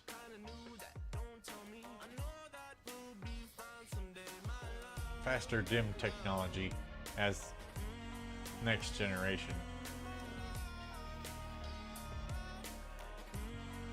If AMD is to stick with the DDR5 memory controller, then Zen 7 is confirmed for AM5 and is unlikely they will use both DDR5 and DDR6 IMCs, because AMD has already said that they only move to newer sockets when there's a significant leap in memory technology such as DDR6 PCIe 6. Gen 6 has already arrived with 6th gen CPUs, and AMD might be the first to offer PCIe 6 capabilities on the AM5 platforms before making it natively supported on future platforms. Here's a bunch of numbers if you want to nerd out on the specs of everything. I'm not going to go over all this. because we still got a ton of news to cover. And what the holy? Okay, that is a lot of stuff. Our most important thing right here is this is the current gen Zen 5 Granite Ridge. Next one's supposed to be Zen 5 Gorgon Point, which I don't really get that, but you know, okay. Apparently that's the 8000 series. Okay, never mind. So then the next one would be the Zen 6 Olympic Ridge, which 2 nanometers, 24 to 48 cores to be announced. They don't really have a series number for it. If I had to guess, maybe a 10,000 series CPU. Go with the 10,000 series GPUs. It says that these will be on DDR5. Of course, these are just all rumors, so like all of it's to be determined or to be announced or whatnot. Like there's not even names for Zen 7 and Zen 8. That's how far away that is. So yeah, what's going on in the live chat? Did it play the sound effect? I didn't hear. I heard the alert tone, but I didn't hear the sound effect. Oh, that's because it didn't play, because I don't have it on this. Wait a minute, I thought I had it on this one.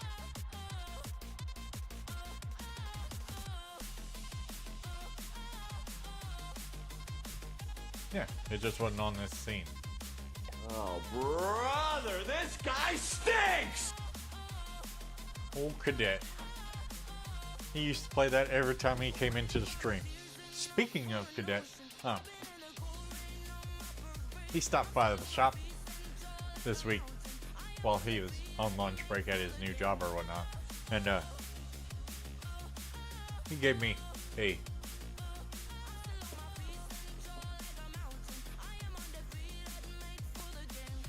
see if I can get this to work right this time. Apparently not. I really wish I knew why it, like it's not supposed to move over there, and if it like it's supposed to move freaking back.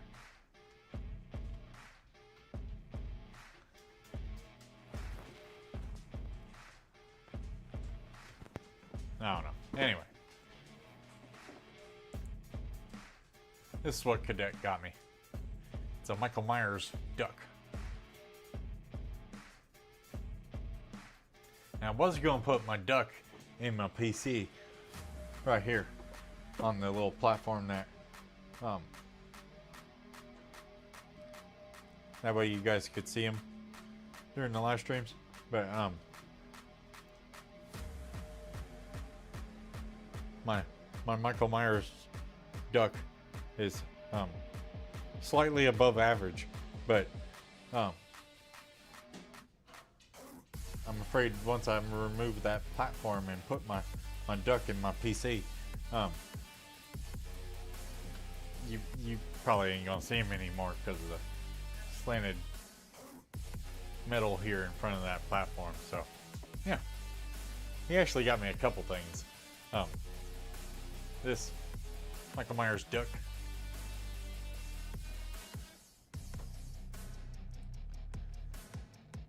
And then he found a Michael Myers keychain thing for the second Halloween.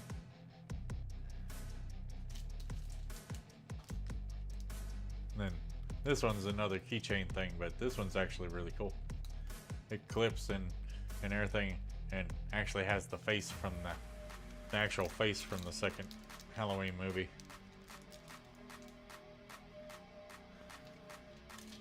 Yeah, he stopped by the shop the other day to give those to me and stuff.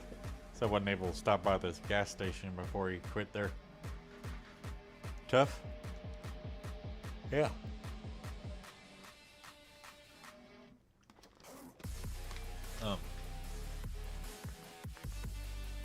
Alright. Cadet's been doing alright with his new job. He's still getting used to it. He's not used to sweating. He'd been in that damn gas station so long. When he stopped by the shop the other day, I didn't know who was sweatier, me or him, and I just came inside.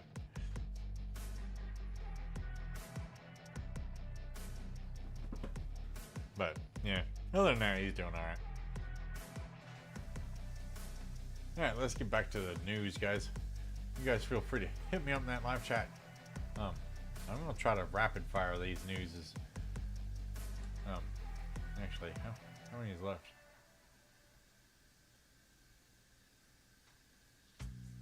Okay, so we still got quite a few.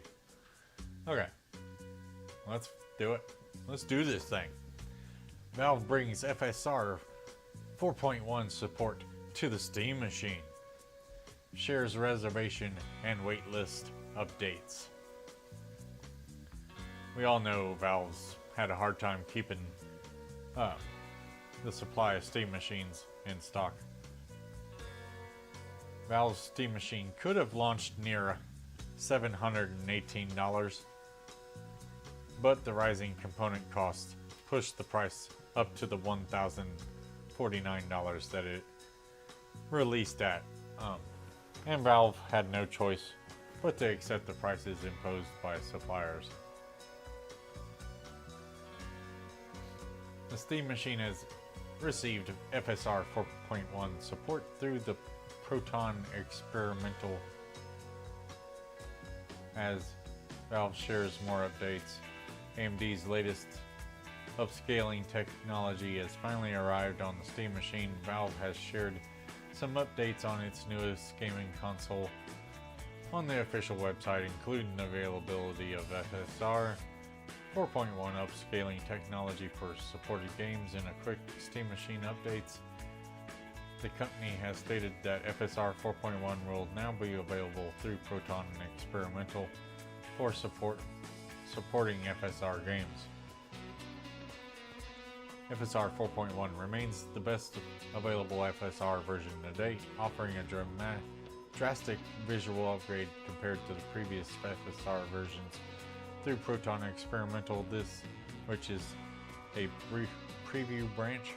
Valve has introduced FSR 4.1 as it usually does before the stable Proton releases. This means that Steam machine users running SteamOS can test FSR 4.1 in supported titles without waiting for future stable release. More so, Valve has also released Steam Machine CAD files, which contain precise 3D dimensions of the system's exterior, allowing modders and enthusiasts to design capable stands, mounts, skins, enclosures, etc. with accurate measures. That's cool.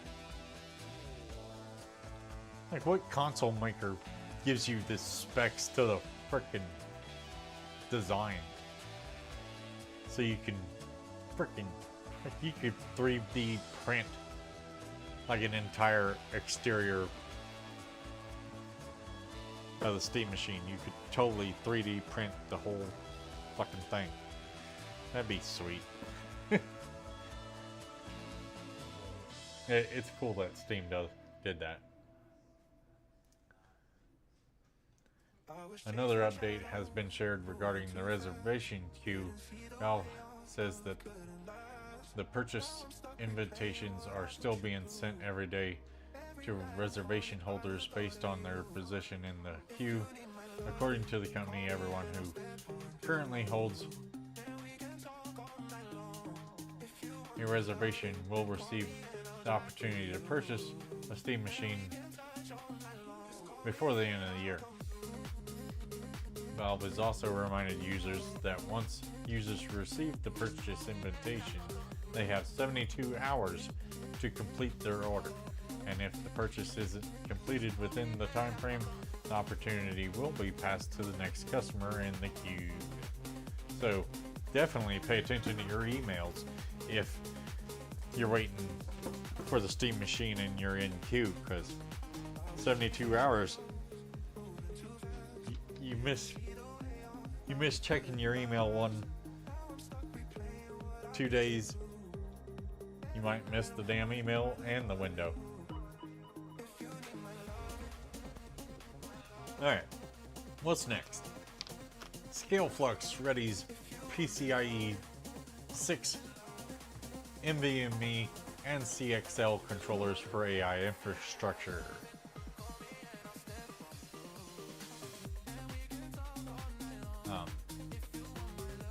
I know Cadet shared this with me. I'm not exactly sure. Like at first, all I read at first when he sent it to me was Ready's PCIe 6 NVMe. Anyway, let's read it. Let's see what it. Storage and memory controller specialist ScaleFlux has announced 2 PCIe Gen 6 silicon products: the FC6116 NVMe SSD controller and the MC600 CXL 3.2 Type 3 memory controller. That's a lot to spit out all at one time. Ahead of the future of memory.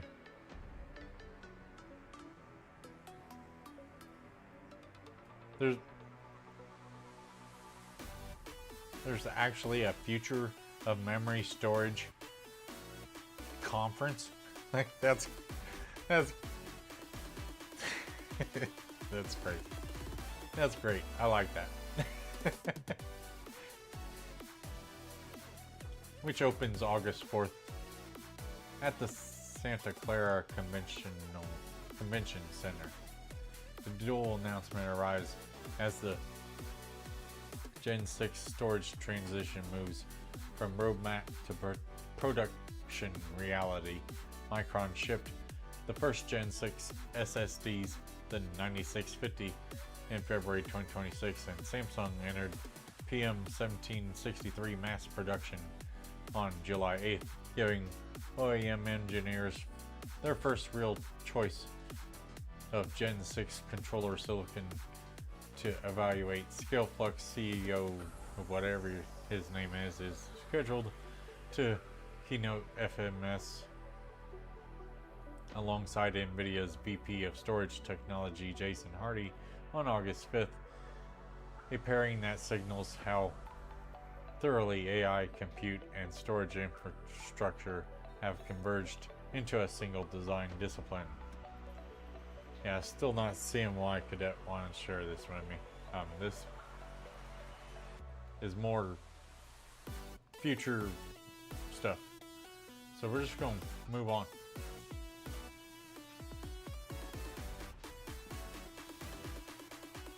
Intel's KV cache killer could have eased the RAM price crunch. According to the Register, anyway, history is littered with the corpses of technologies that were ahead of their time, and Intel's Optane storage and memory products are certainly among them. Expensive, badly misunderstood, and awkwardly priced, the technology struggled to find a place in the market, surviving just 5 years before Chipzilla pulled the plug. Things might have been different if they were launched today. The shift from AI training to inference has driven tremendous demand for DRAM and NAND flash. In fact, the same properties that made Optane a niche product a few years ago would have made it ideally suited for these write-intensive AI workloads. They should have held out. They should have kept holding out for a few more years.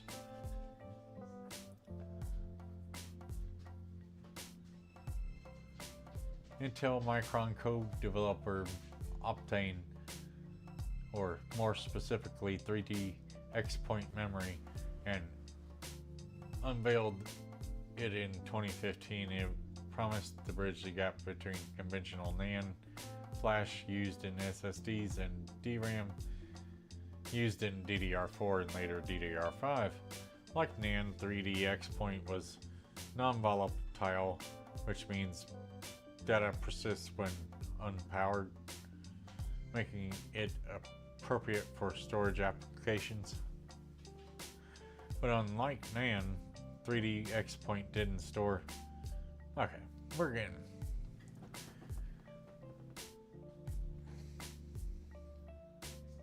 Is this? I don't remember if this is another one that. I don't think Cadet. No, this is the one I seen earlier. But I didn't know it was all about AI workloads and like it's the fix the crunch, but apparently that's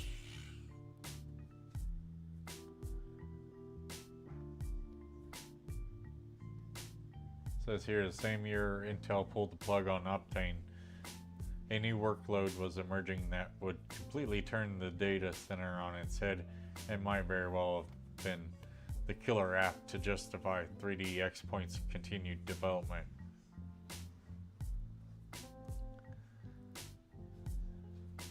So yeah, Intel should have held out. Or there might not be anything saving the RAM prices nowadays. All right, let's talk live chat. Oh, we're 5 minutes away from another freaking ad. Damn. Steam Machine is an overpriced turd. It is. I actually have another article which I'm gonna make a short about. I specifically left it out of this gaming news so I could make a short and maybe even a long form video about it, and it is about how overpriced and how irrelevant the Steam Machine is. Like it's already the technology inside the Steam Machine is from last gen, most of it. And yeah, it just sucks. Like for the price, like I get why they priced it like that, but yeah, need to get that price down to about 700. Yeah, that was the original. The original price was around 750 till these freaking memory prices, and it's memory, storage, GPUs. They're all going crazy right now. Fucking AI.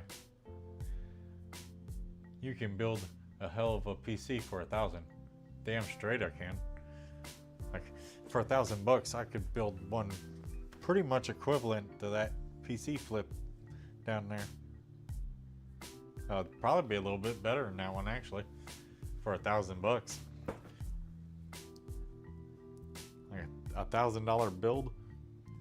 Like you're looking, well, in today's market, you probably get a budget B650 AM5 motherboard.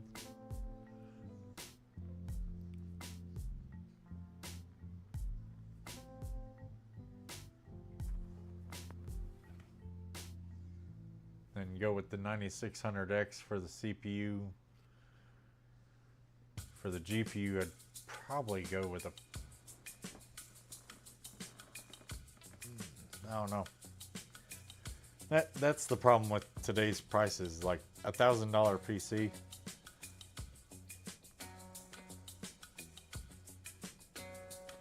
The GPU would be the hard one to do. I'd probably end up going with one of the like 5060s or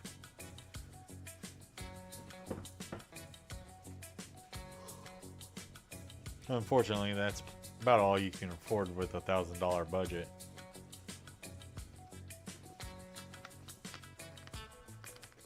And that's if you can find them for their regular price. I was looking earlier and I couldn't believe what I was seeing.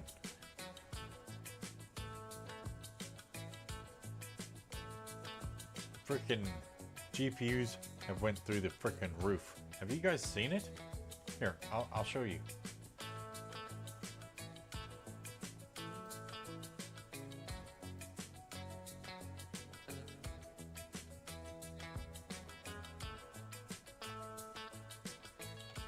Amazon might not have raised their prices. I'm not sure. I don't remember. They probably did though.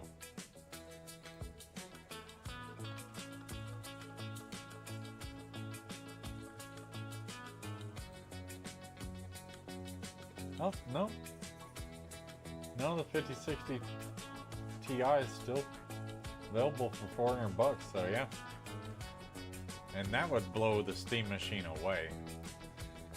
Just that little 5060 Ti. I can't believe that's 400 bucks. Like I was looking earlier and like,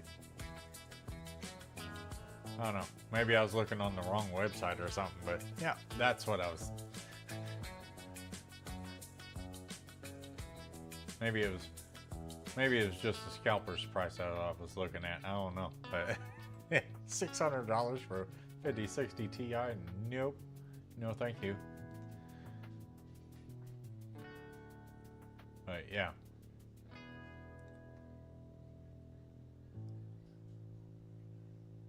That's a nice little 5060 Ti right there.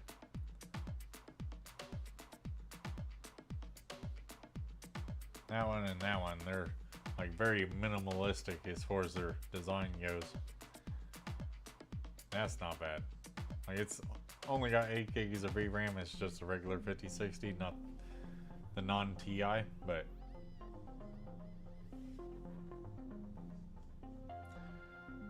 yeah, I don't know. There are like 5060 still doing okay, but if you go up from there, let me show you. What the hell? Come on. There it is. Look at those prices. 5070 Ti. Over $1,000. Most of them. There's a few that are just under. What the?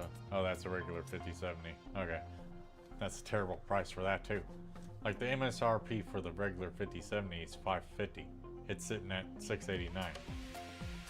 The MSRP for the 5070 Ti is like $750. Now it's up as expensive as it's at or slightly above the MSRP for the 5080. And I'm not even gonna look at the 5080. That's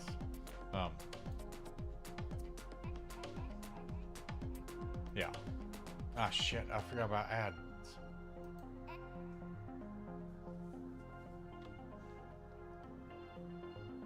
What in the hell? That's what she said.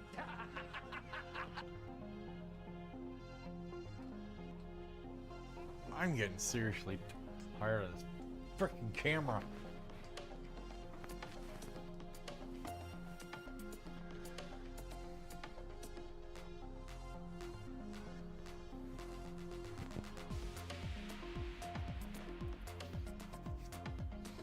I don't know what that camera's deal is today, but yeah, as soon as this live stream's over,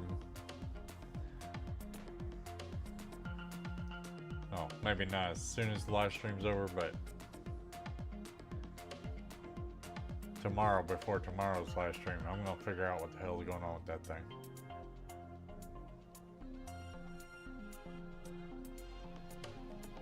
Sorry, you guys, if you're watching ads.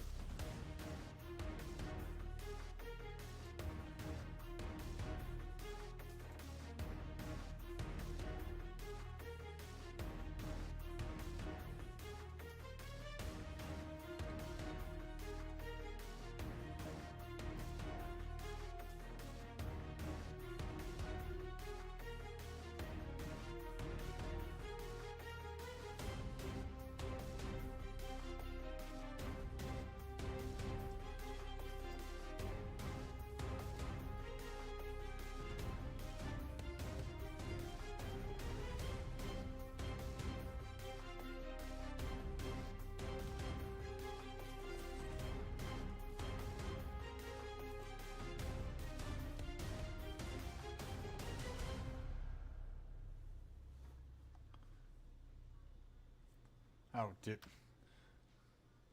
Yeah, I'm sitting here.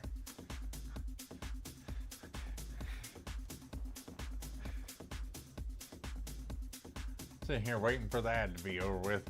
Now, I thought it had already said enter and put this into the live chat, and yeah. I'm sitting here waiting for you guys to respond to this question. And I didn't even press fucking enter for it to ask you the question. Favorite Halloween movie?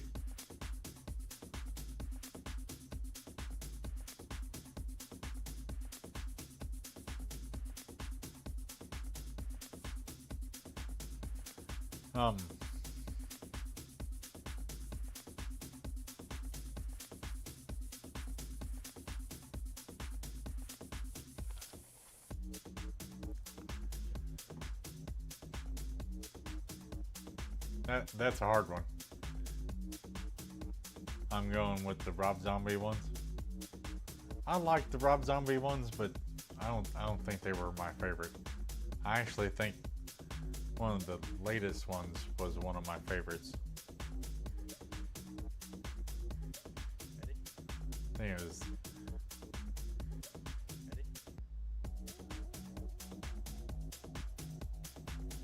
it was the one that they came out with, the original Halloween, the newest one that they, not the brand new one,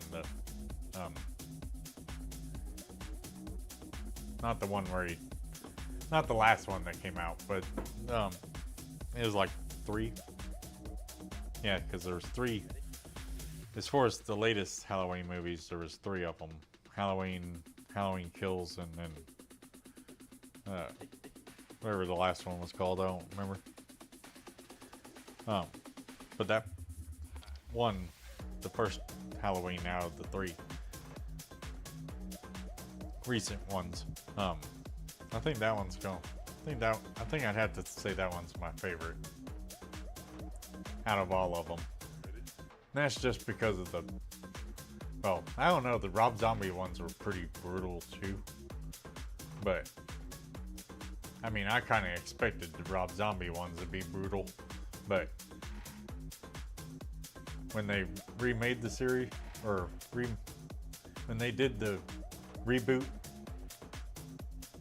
with the Halloween, I think it was in like 2018 or 2019, somewhere around in there. Or it might have been earlier than that, I don't remember.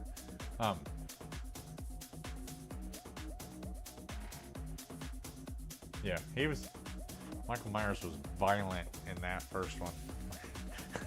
He smashes this guy's head through the freaking wall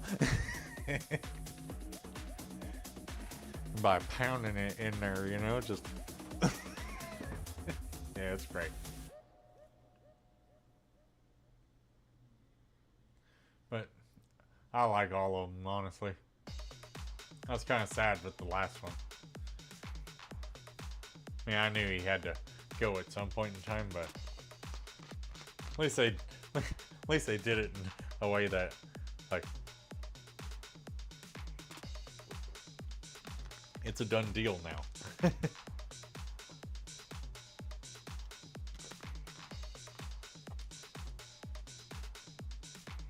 Alright. Did we get all the way past this? I don't think so. I think I was in the middle of reading it when well, actually.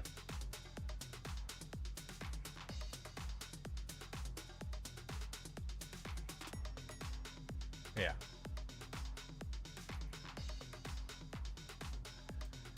Let's go on to the next article. This ain't so much about gaming as it is tech.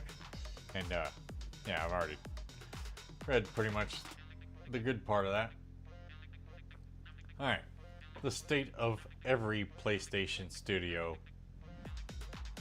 here in July of 2026. A look ahead at what we can expect from each of Sony's first-party developers.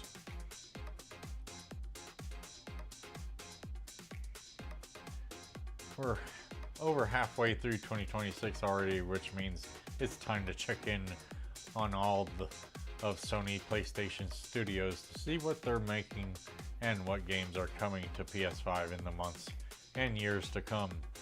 While the console has received many great third-party releases so far this year, such as Resident Evil Requiem, 007 First Light, and Crimson Desert, only one first-party game has made its way into our hands. House Marquee's latest shooter, Sorrows. It's hard to ignore the biggest PlayStation news of the year so far. Though the decision to end production of disc in 2028, which leaves a big question mark over whether we'll ever get physical editions of some games we're about to talk about here.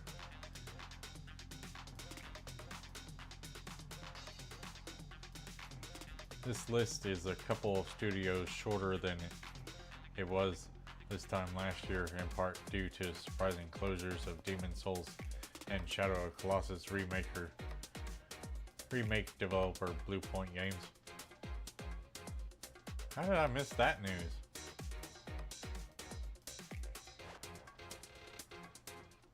They closed down Bluepoint Games? Really? How the fuck did I miss that?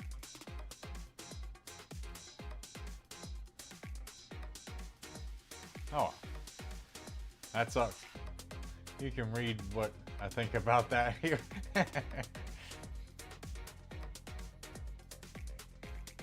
Where I describe it as a PlayStation acquisition horror story. Another studio that is reportedly no more is Dark Outlaw Games, formed by Call of Duty veteran Jason Blundell in 2025, but supposedly already having been shuttered earlier this year.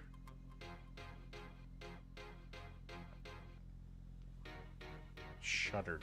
I think he means to say they fucking shut down. So which PlayStation studios have game launching soon? Let's find out. Naughty Dog. Naughty Dog's attention is now firmly on Intergalactic, the Heretic Prophet, a space-faring game with retro 80s vibes after leaving the future of The Last of Us HBO show in the hands of Craig Mazin. Studio head and creative director Neil Druckmann is now working full steam ahead with his teams on the Uncharted Studios first new IP since 2013, but aside from the cinematic heavy trailer at 2024's Game Awards, we've seen very little on this sci-fi story, and with a big state of play having just taken place, a lot of people are asking the same question: where is Intergalactic? Some people are asking that. I'm not asking that because I really don't care about the game, but I've seen the commercial for it. Oh well, I don't care. Like, looked pretty dumb to me, but you know.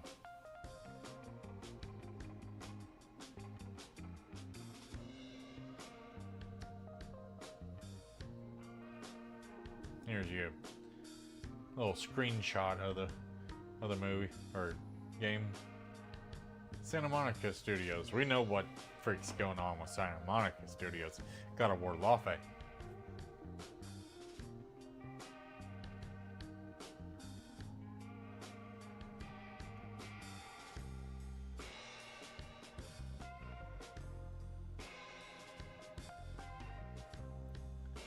Insomniac Games. They're working on Wolverine. That's their next one. Coming out on September 15th. Oh, I can't wait for that damn game. We are going to be slicing and dicing some people left and right, stabbing people in the freaking throat or bottom of their... Did you guys see the trailer for that thing? Like, he literally comes up and just sticks his blades right through the bottom of somebody's head. Like, I cannot wait to do that. That's gonna be my favorite move. Just cha-cha-cha. Marvel's Wolverine is the next PlayStation Studios hit to hit PlayStation 5, launching on September 15th. Logan's ultra-violent adventure looks set to be more linear than the open-world Spidey games we've recently seen from Insomniac. But from the gameplay we've seen, it shares the same slick action style. It will mark the end of a 3-year wait for a new Insomniac game. By no means a long time compared to how long most AAA games take to make these days, but notable duration all the same, seeing as Insomniac has been one of Sony's most productive studios over the past decade, launching multiple Spider-Man and Ratchet & Clank entries.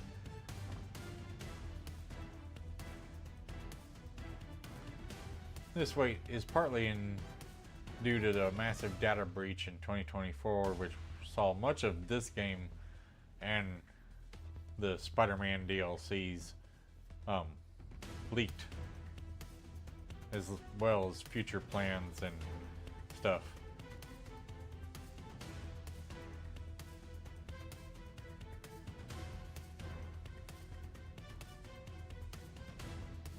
Included in that theft was the notion that a Venom game was also in development at the studio and could have come out before Wolverine. They are making a Venom game. I think I've heard that more, not just from the leak. Like I want to say I heard something about the Venom game before all the leaks and shit.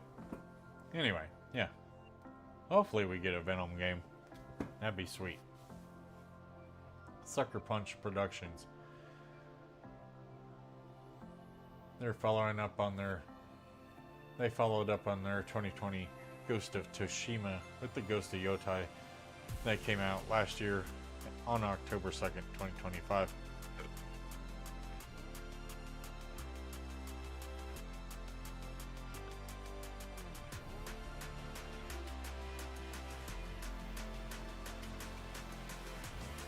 So we wouldn't expect to see much from them anytime soon. Guerrilla Games followed up on 2022's Horizon Forbidden West with the Burning Shores DLC. 1 year later, continued to build with the Out Aloy story, with the West Coast set a sequel ending on a cliffhanger. It's not a stretch to expect the Amsterdam-based studio to currently be working on the third part of the trilogy. The development time between Zero Dawn and Forbidden West was 5 years, so we may be getting close to hearing something about the series' next chapter. House Marquee. So Sorrows only just arrived in April, but if its predecessor Returnal is anything to go by, we can expect post-launch support for the Finnish studio's latest looper shooter for some time yet. Returnal saw a challenged tower mode added, as well as co-op support, introduced in the months following the 2021 release. And what's going on at Bungie? Though not strictly a PlayStation studio, Sony acquired Bungie in 2022 for $3.6 billion.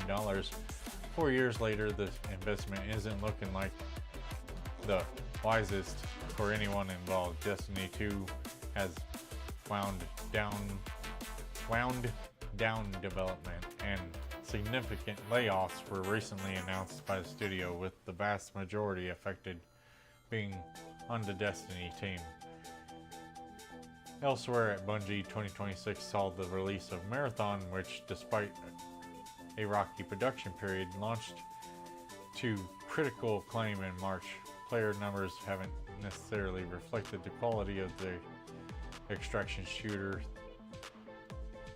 though with questions being raised about the future of the game as Sony continues to struggle with its approach to live service. Yeah, I don't see Sony approaching live service. I see Sony thinking about making live service games. But then they pick the shitty ones and make those, and then axe the good ones. Like, there was supposed to be a live action Spider-Man game. There was rumors of a live action freaking God of War game. Those games would have been freaking badass, but they chopped those and made Marathon. Yeah, that makes sense.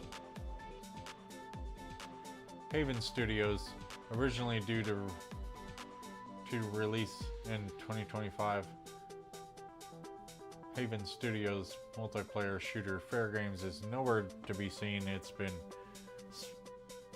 It's not been smooth sailing for another of Sony's planned live service offerings, with the industry veteran Jade Raymond, who only founded the studio in 2021, leaving the project last year. Work is still ongoing on the online heist game, but little to nothing has been seen of it since the 2023 cinematic trailer reveal.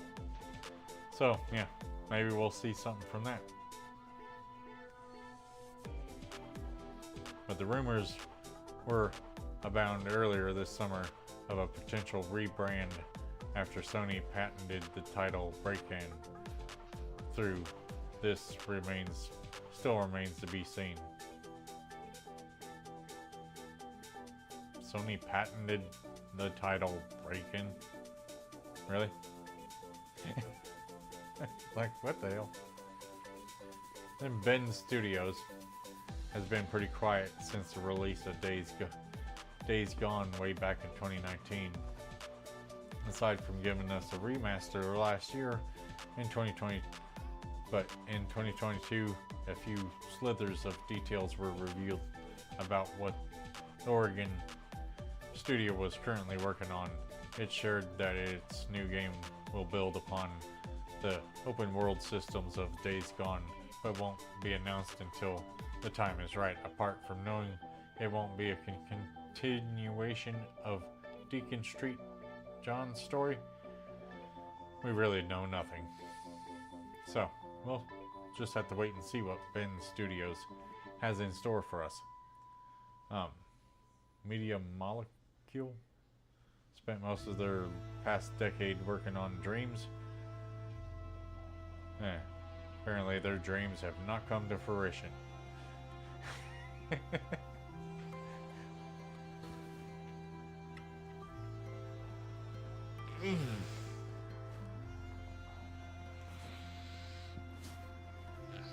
Okay, yeah.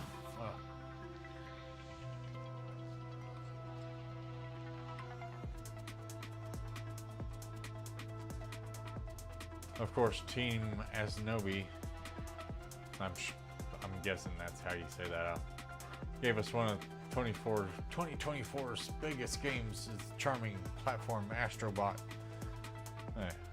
I don't really need to go any further in that.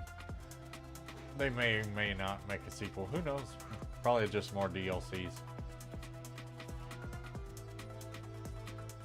Of course, we're probably going to see another MLB The Show from San Diego Studios.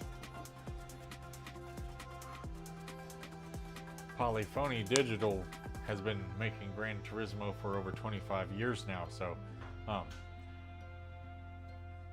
and Gran Turismo 7 came out around 4.5 years ago, so we're due for Gran Turismo 8.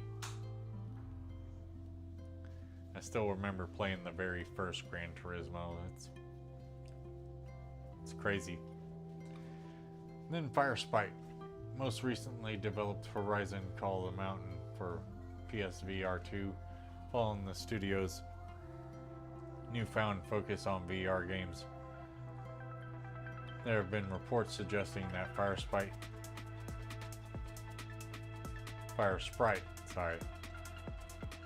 was working on a live service Twisted Metal game. Yeah, that's another live service freaking game that I heard about that they. You know how badass a live service Twisted Metal game would be? Like, I'd buy that. I'd have a subscription to it, whatever I needed. Which has since been canceled. Instead, at June's State of Play, it was revealed that the team is working on Until Dawn 2, a follow-up to the super massive horror hit, this time taking place on a tropical island. Let's see if it can capture the magic of the original when it releases in 2027. And that's all of the studios in it. No, Team LFG. Formed in 2025 as part of PlayStation Studios, was spun out of Bungie to create a new team-based action game, draws inspiration from fighting games, platforms, MOBAs, life sims, and prog type games. Yeah, we can expect something from these guys. Who knows? Wow,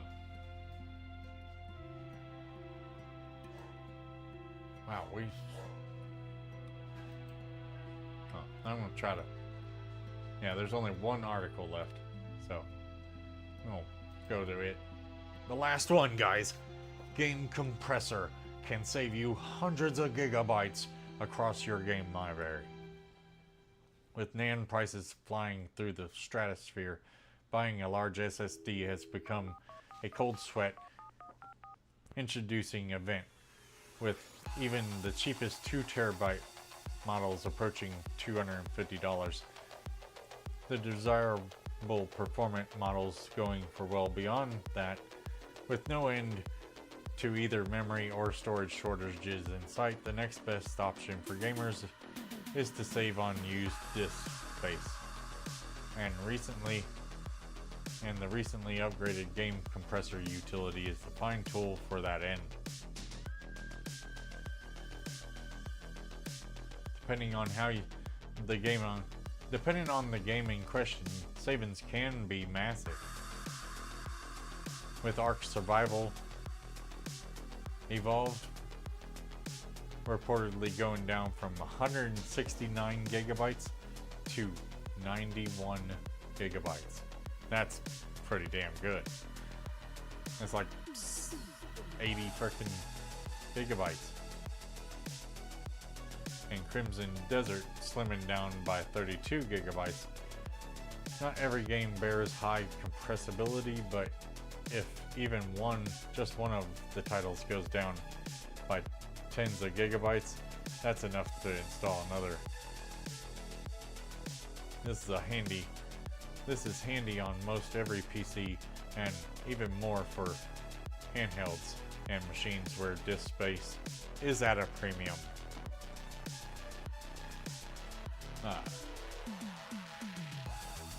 So yeah, definitely might want to look into the game compressor. While it's easy to say the game compressor is just a UI for Windows, built-in functionality, the amount of convenience is impressive. The first step is the number of watched folders.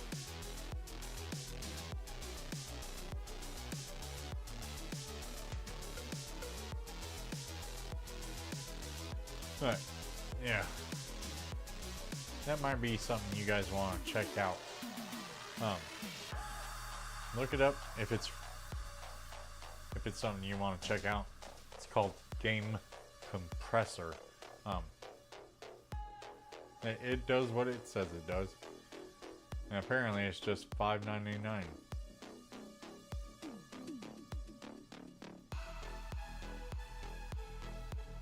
A lot cheaper than an SSD. So, yeah.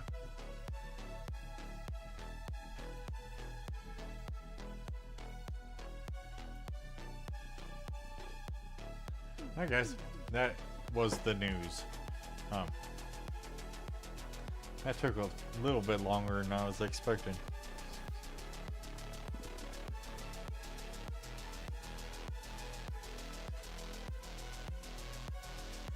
Alright, guys. Y'all hit me on that live chat. I'm gonna go take a real quick bathroom break. I'm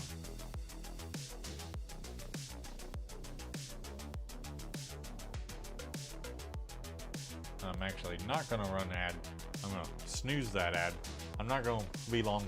Y'all hit me on that live chat. Twitch, Kick, YouTube. Y'all hit me up in the live chat.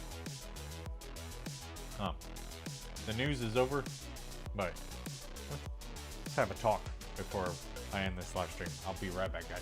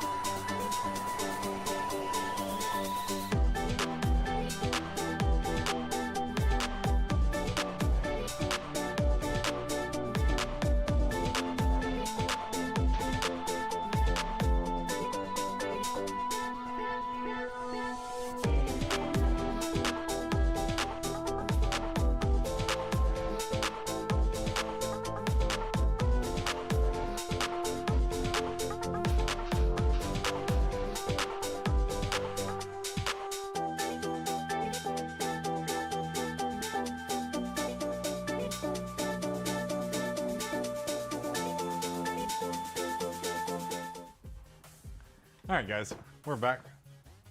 Y'all still ain't hit me up in the live chat? Beer bombs? Powder donuts? Did y'all leave?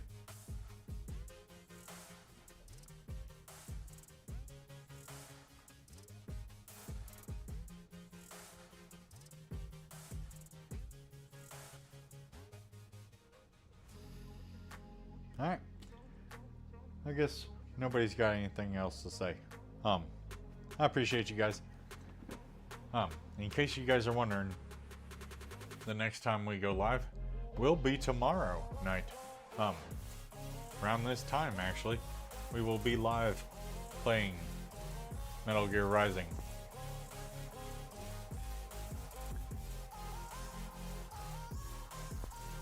Hopefully, well, most likely we're gonna finish it because we're about halfway into the game. Hey, beer bombs, there you are.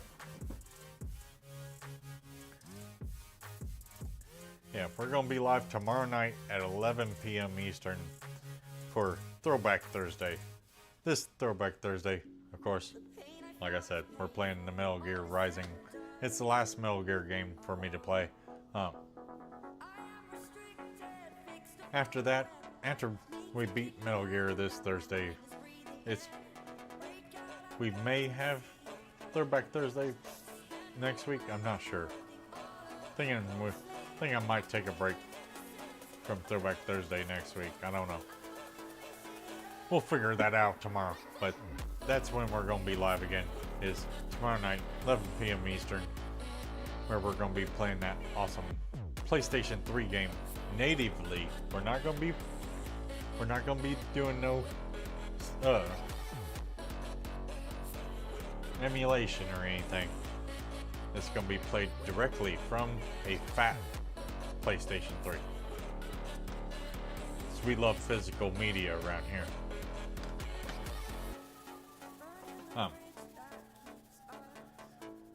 But yeah. And if you guys don't want to tune in for Throwback Thursday, this Saturday, we're gonna have another gameplay live stream. But we're gonna be playing Spider-Man Miles Morales on Sippin' Saturday. So if you guys want to tune in, watch me kick some ass in Miles Morales, and let's all have some drinks and have a good time. Then make sure you tune in this Saturday at 9 p.m. Eastern. Those are the next 2 live streams coming up. And of course, next week I start off like we did this week. Monday, Wednesday, Saturday. Definitely Monday, Wednesday, and Saturday. We'll see about Thursday. All live streams start at 9 p.m. except for Throwback Thursday. It's the only one that starts at 11 p.m. now. But I appreciate you guys. Thank you guys so much for watching, for all the support, subscriptions, bits, what have you, whether it's on Twitch, Kick, or YouTube. I appreciate you guys. If you're watching and you're having a good time, or you had a good time, you enjoyed the news, make sure you hit that follow button on Twitch or Kick, depending on where you're watching. If you're watching on YouTube, come on guys, I need some more subscribers over there. It's free. Just hit that subscribe button and hit that like button. It pushes this live stream out to a lot more people. That being said, I appreciate you guys. Thank you for watching, and I'll see you guys tomorrow night about this time. We'll be whooping some ass in Metal Gear Rising. Until then, peace.